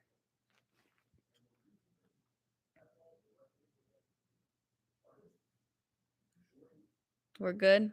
Okay. Oh my God, Jeanette, you're okay. Nick, I'm gonna find you in your sleep. Oh, good Lord. Wait, now you're starting to gossip. I want to know the. No, I don't want to know the dirt. Never mind. You're gonna. Thank you. Is that Zaina? Who's Z? Just Z? Thank you. Though. Tell her thank you. That means a lot. Can you explain the Sunni? Oh, Sunni Shia. So the Sunni Shia divide, remember, so does anyone remember like where Sunni Islam or where Sunni Muslims are versus Shia Muslims? There's two really big empires that fight, Sunni versus Shia. Yes, the Ottomans are Sunni. Does anyone remember who Shias? The Safavids. Safavids are Shia. So the good thing to know about Sunni versus Shia is that they cannot for the life of them agree on who the successor is, okay? So who is the successor to Muhammad? You've got people arguing that it should be by bloodline, so it should be whoever is born into the family. And then you have other people who are like, well, no, the successor should be based on who's the most qualified. And that's where you see the split. So Sunni and Shia, very similar. I mean, not similar, but it's just another example of a split in a religion. So in Islam, you have a Sunni Shia split. In Christianity, you have, for example, Protestant and Catholic. That's a split. Okay. So just knowing fragmentation within religions. Sunni is not bloodline, Shia is bloodline. I think so. I'll be honest, I cannot remember off the top of my head, so I'm going to take your word for it, Emerson, but that's also just something if you're explaining it, you can explain I would explain it in terms of like Sunni are the Ottomans, Shia are the Safavids. It created a lot of religious tension and conflict, and they went to war a lot because of it. They're not going to ask you why Sunni and Shia split. They're probably going to want to know more about the impacts, and the impacts of it are war. That's the impact. All right. Oh my goodness, you guys are moving way faster than I am in the chat. Sufism is just another section of Islam. Islam's got a lot of fragmentation in it. So Islam's got Sunnis, Islam's got Shias, and then it also has Sufis. And do you guys remember when we did, this is like back in September or August, we did stations and you guys wrote with calligraphy pens? Sufism is that like you guys did one of them was a poem, like there was a station just based off of mystical poetry. So that would be an example of Sufism. Sufism is mystical Islam. Sufis just like to twirl in circles and talk directly to God, talk about talking directly to God. I mean that's like a huge generalization, but if that's what helps you to think of it, then sure. But yeah, Emerson, I like your way of explaining it. It's mystics who dance and they spread Islam. I think of it as very nice. It's a very cultural part of Islam. It's poetry, it's dancing, it's culture. All right. Okay. So, Islamic states 1200 to 1900. I'm on slide 63. Ottomans, Safavids, Mughals. But again, remember, even though these are all Islamic states, the Seljuk Turks, the Delhi Sultanate, doesn't mean they're all practicing the same type of Islam. Okay? All right. That's okay, Prisha. They're not going to ask you to write in calligraphy on the AP exam. All right. Plus we can practice. That's something we can practice after the exam. I cannot wait to take that deep breath after the exam and be done. We're so close. The finish line is right there. All right. 64 again, split in Islam. Oh, this is the slide that explains it. I knew it was in here somewhere. So Shia believe that only a family member of Muhammad should serve as a caliph. Sunni believe that a successor should be chosen. Okay, so Sunni is not family, Shia is family. So Shia believe that it should come from the family. Sunni do not agree with that. All right. Moving on to slide 65. Okay, actually we're going to skip this because honestly, well, besides a mosque, none of these key terms have really come up. Well, I mean, knowing the tax, I'm trying to remember like if these have come up on unit tests before and we were like, "Ooh, what's that word? Don't know that."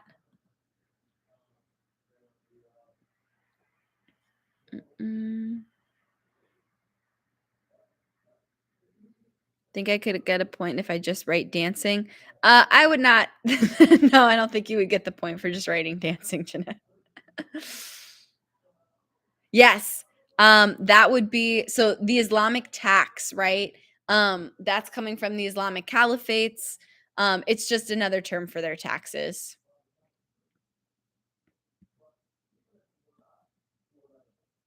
When is this done? Um, well, whenever I get through, we're gonna start getting through these slides a little faster. I'd like to wrap this up in the next like 20 minutes or so. All right. Mosques from around the world. These are what mosques look like on slide 66. Moving on to 67. 68 is blank, so we're gonna move on. Spread of Islam. Wasn't the Crusades on this stuff? Yeah, we haven't gotten to the no, we've not gotten to the Crusades yet. Okay.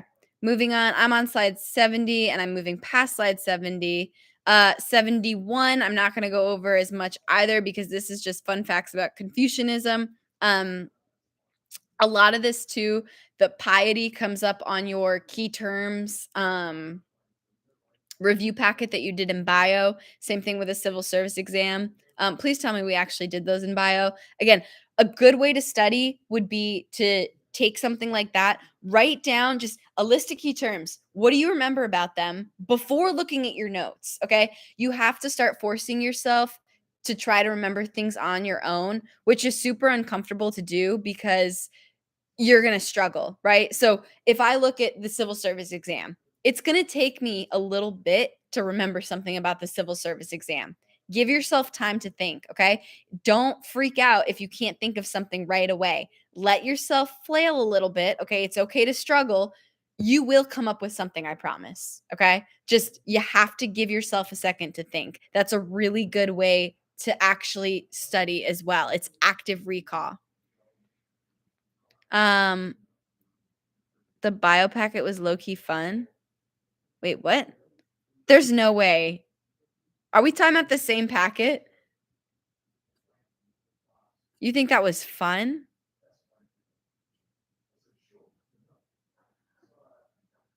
Okay. I mean, that's good that it was a good review, I guess.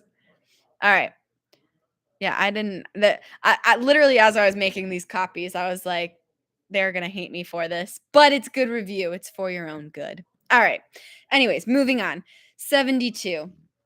Um dynastic cycle in China. Don't need to know anything about that. Okay, moving on to 73, spread of Confucianism. Again, just a map. Moving on to 74, this is looking at Buddhism. When do you turn in the packet? Just anytime before the exam. It's really just for a lot of things. If I'm being totally transparent with you guys, a lot of things that we're doing at this point is not for a grade, it's for review and it's for practice. Okay. All right, 71 is looking at quick facts about Buddhism. So if you're still confused about Buddhism, these are some good, just like looking at what Zen Buddhism is. That would be an example of a new sect or stem. Another, again, we're seeing fragmentation within religions or syncretism within religions. So that could be an example. Moving on to 75, these are different pillars of Buddhism. We're not going to spend too much time on that. 76, Southeast Asia is where you see a lot of so Asia, specifically Southeast Asia, is where you see a lot of Buddhism being spread. But as you can see, China too. You got China, Japan, so you got East Asia there as well. 77, right? These are you got Buddhist temples in India, China, Thailand, Japan, Nepal. So those are all examples of places where Buddhism has spread. Moving on, 78. Those are just, again, if you see a Buddha, that think Buddhism, okay? 79, Taoism. So for those of you still confused about Taoism, that's nature, okay? It's the hippy dippies, okay? Also known as Taoism. So if you see it spelt with a T, it's the same thing.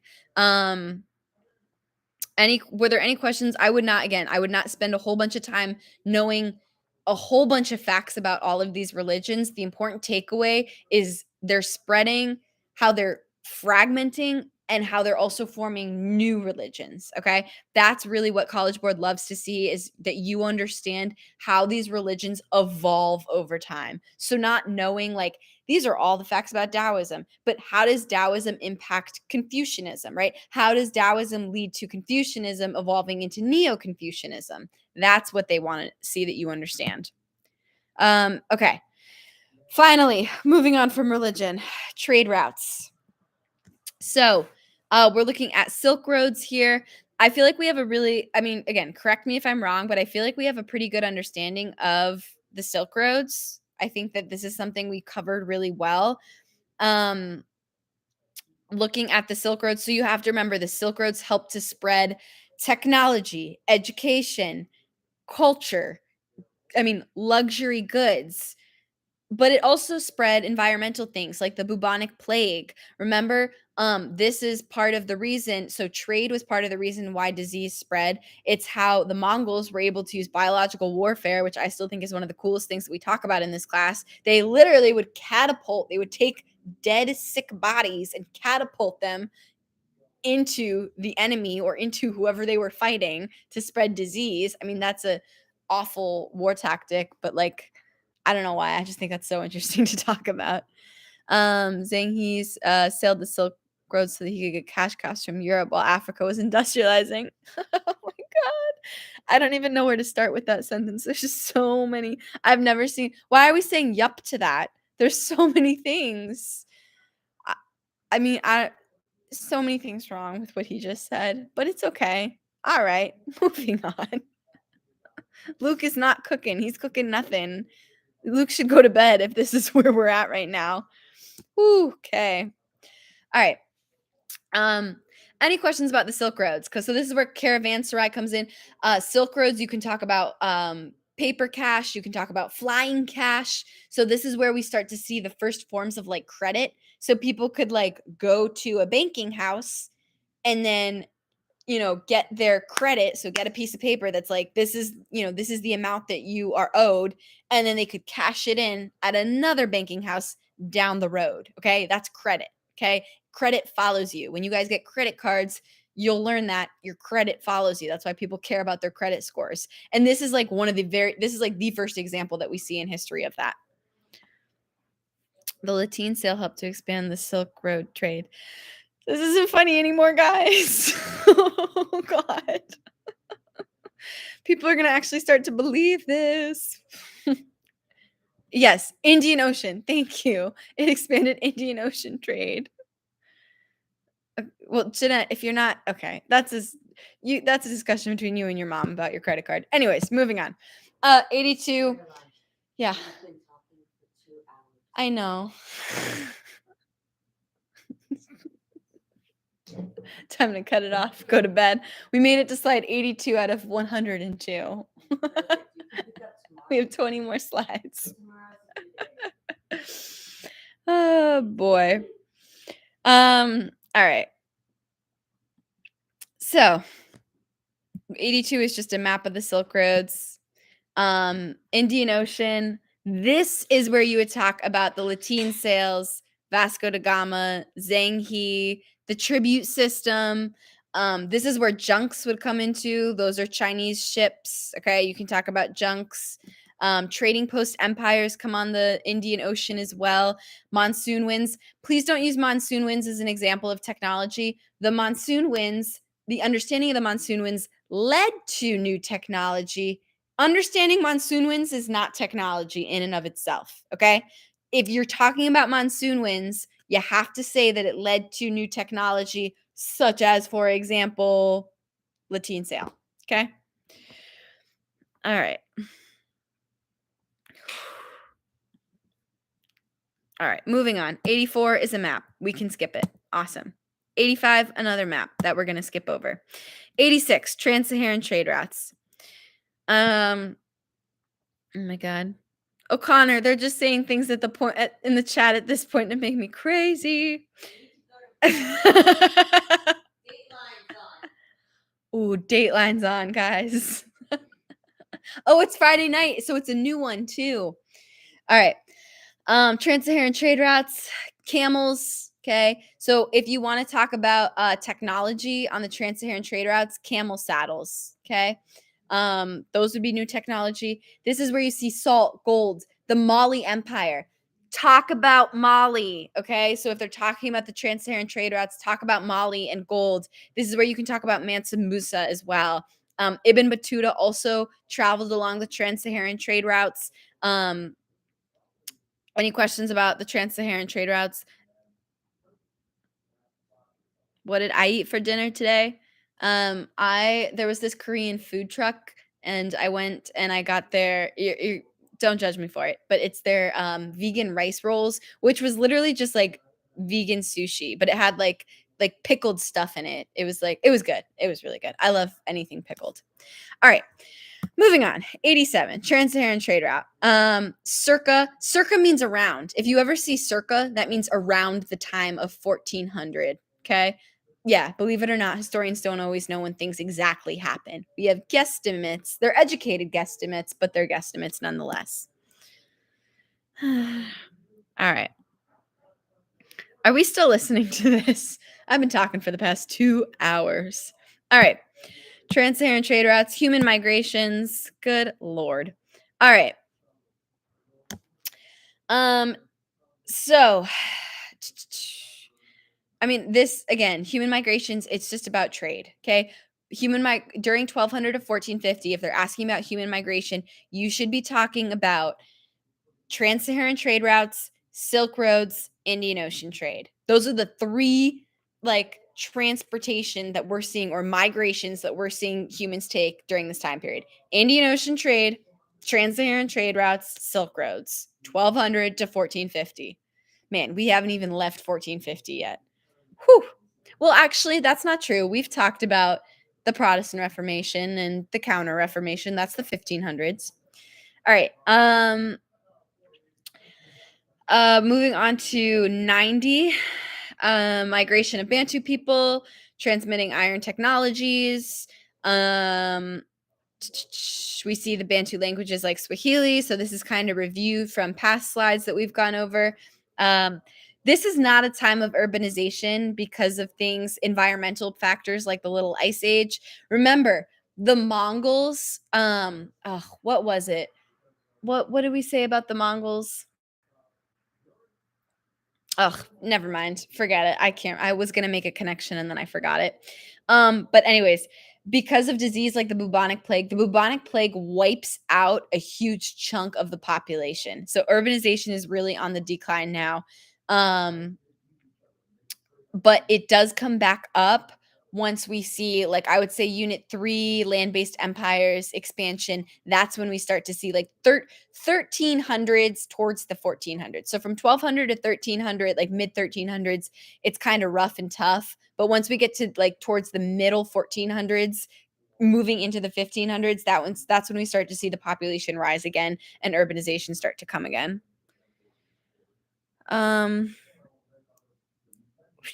Yeah, throwing dead people. Yeah, I've said a lot over the past 2 hours, I know. But could you imagine how much we could get through in class if I could just talk?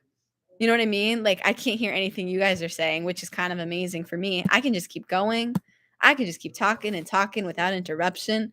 No one's calling me being like, "Can you dismiss so and so to the front office?" Anyways, 1450 to 1750. This is more important for human migrations. This is where you're seeing indentured servitude. Do we know what indentured servants are?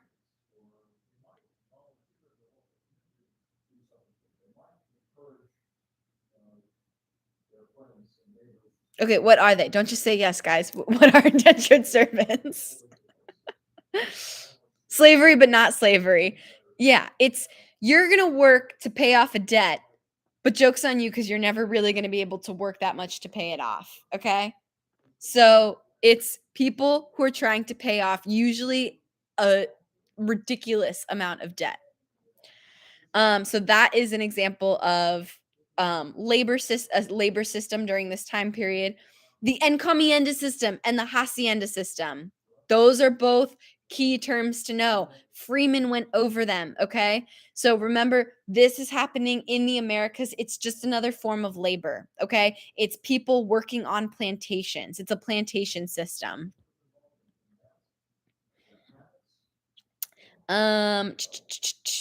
What else have we got here? Diseases from the Columbian Exchange. So, for example, such as measles, syphilis, smallpox. Okay, those are all being exchanged during the Columbian Exchange. Okay. Oh my God, 92, slave trade. Again, moving on. 93. What? Why is this getting so repetitive? Oof. Okay. Um, oh wait, no, just kidding. Not repetitive. This is 1750 to 1900. Yes, you're right, Yana. Hacienda is the land, and then encomienda are the people working the land. So the encomienda system is the labor system. Okay. So if you're working within the encomienda system, you are working on a plantation, and those plantations are all distributed through the hacienda system. Okay. Those are really good examples to know as well. All right. So what we're looking at here, human migrations during this time period. This is globalization. So remember, a lot of people from 1750 to 1900, they're moving for labor. They're moving for work, okay? However, like the slide says, slavery is a continuity. Coerced labor, not as popular, but still, still coming about. Convict labor. So, does anyone remember where convict labor is happening?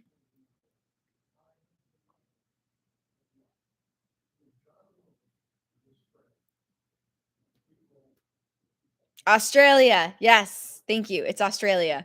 So remember, this is where basically imperial powers like Great Britain would send all of their convicts to Australia. It was like a land of like prisoners, which is just like wild. It's a country, guys, of prisoners, just like people who were convicted of something. And they're all, I mean, usually it was not just like a misdemeanor. It was usually a felony, okay? So it was usually a high crime thing, but you were sent not to jail. No, no, no, no, to Australia. Yes, and it's known as penal colonies. Yeah, they got their own country, but they were doing labor on that country. So they were actually helping to Australia industrialize. They were helping Australia to industrialize.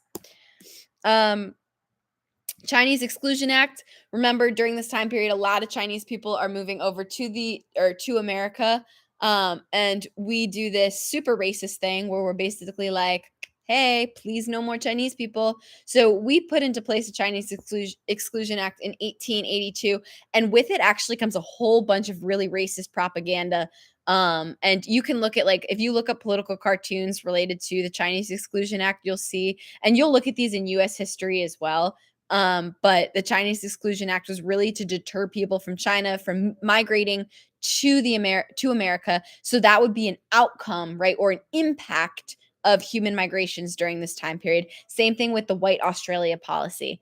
There's a pattern here, right? It's very much promoting white people. So, anyways, all right. Yeah, exactly, Lucky. Australia's white people policy thingy. Yeah.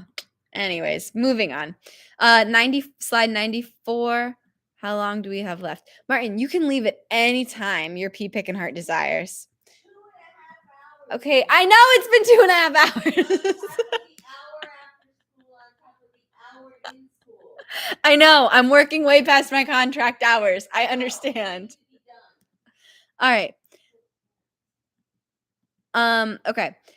So looking at 94, these are examples of ethnic enclaves, coerced labor, racial prejudice, temporary migrants. I would really focus here on ethnic enclaves and coerced labor. Okay. And then the examples of racial prejudice, what we just talked about, those would be outcomes of migrations during this time period. All right.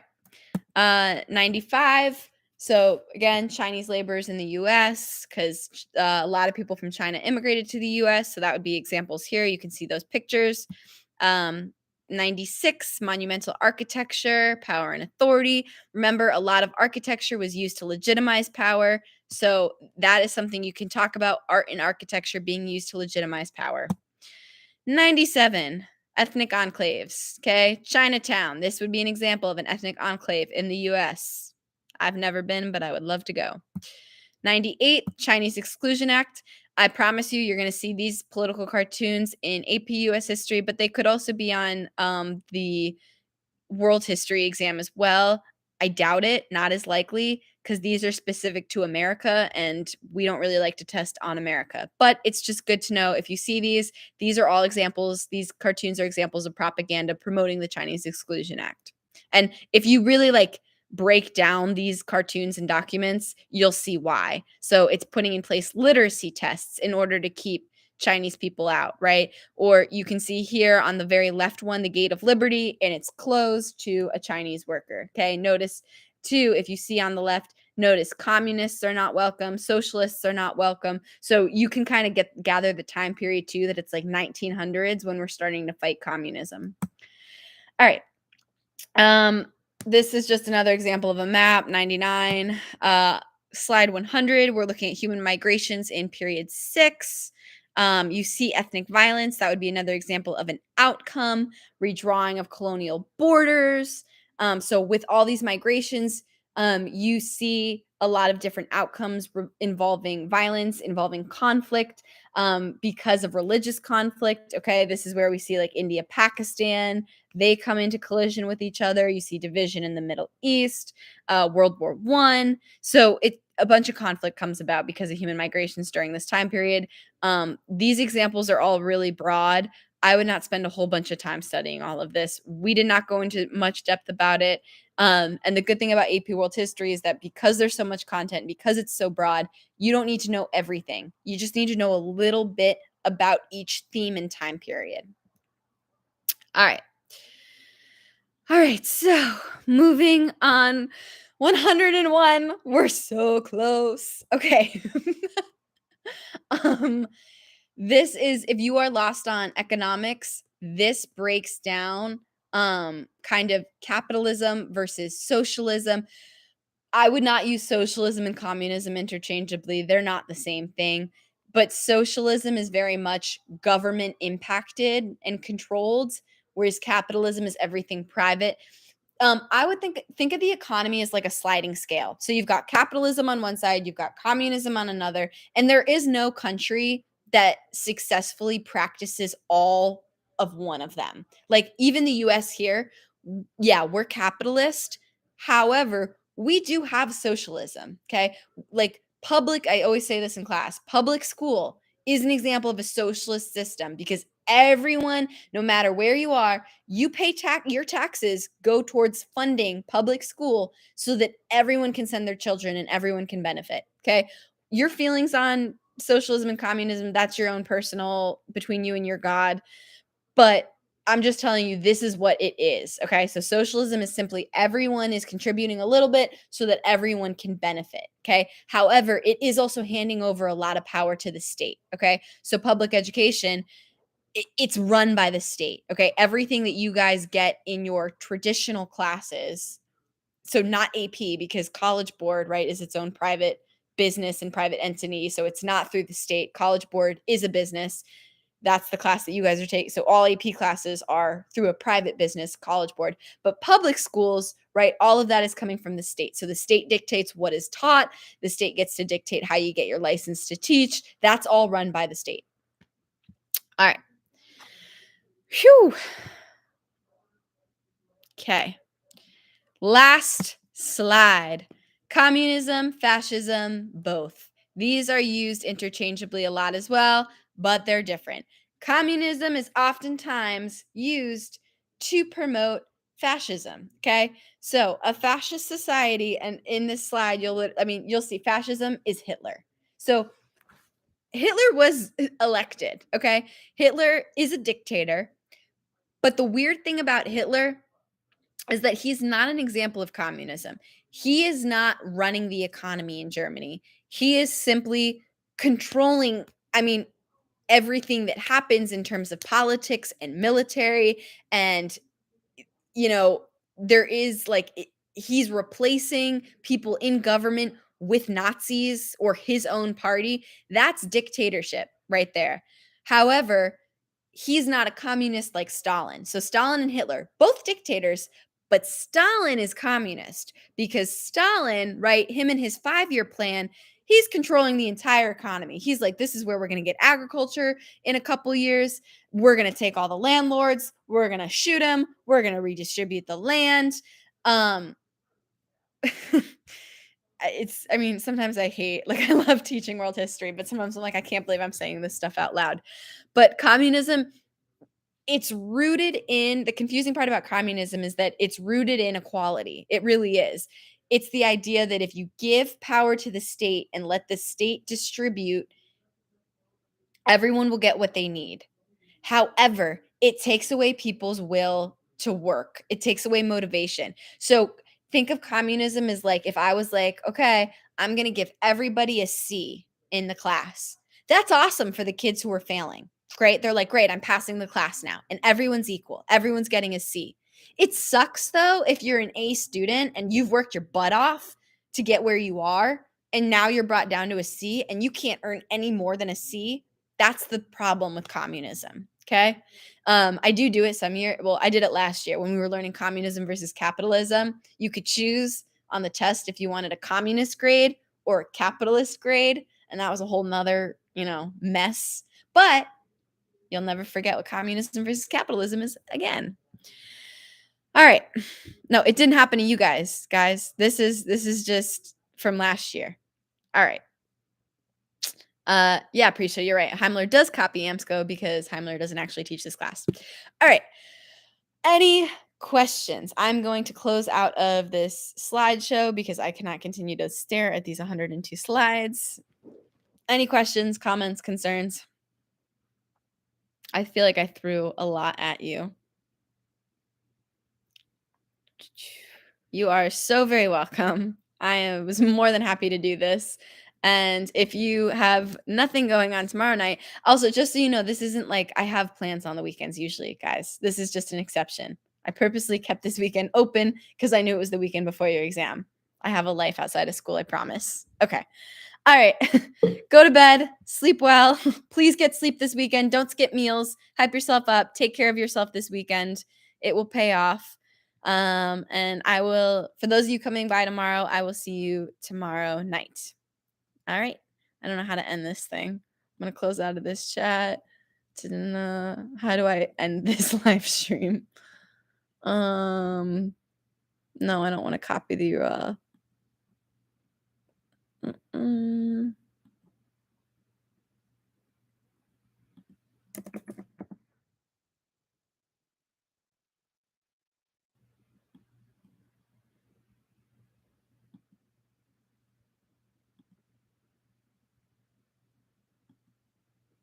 All right.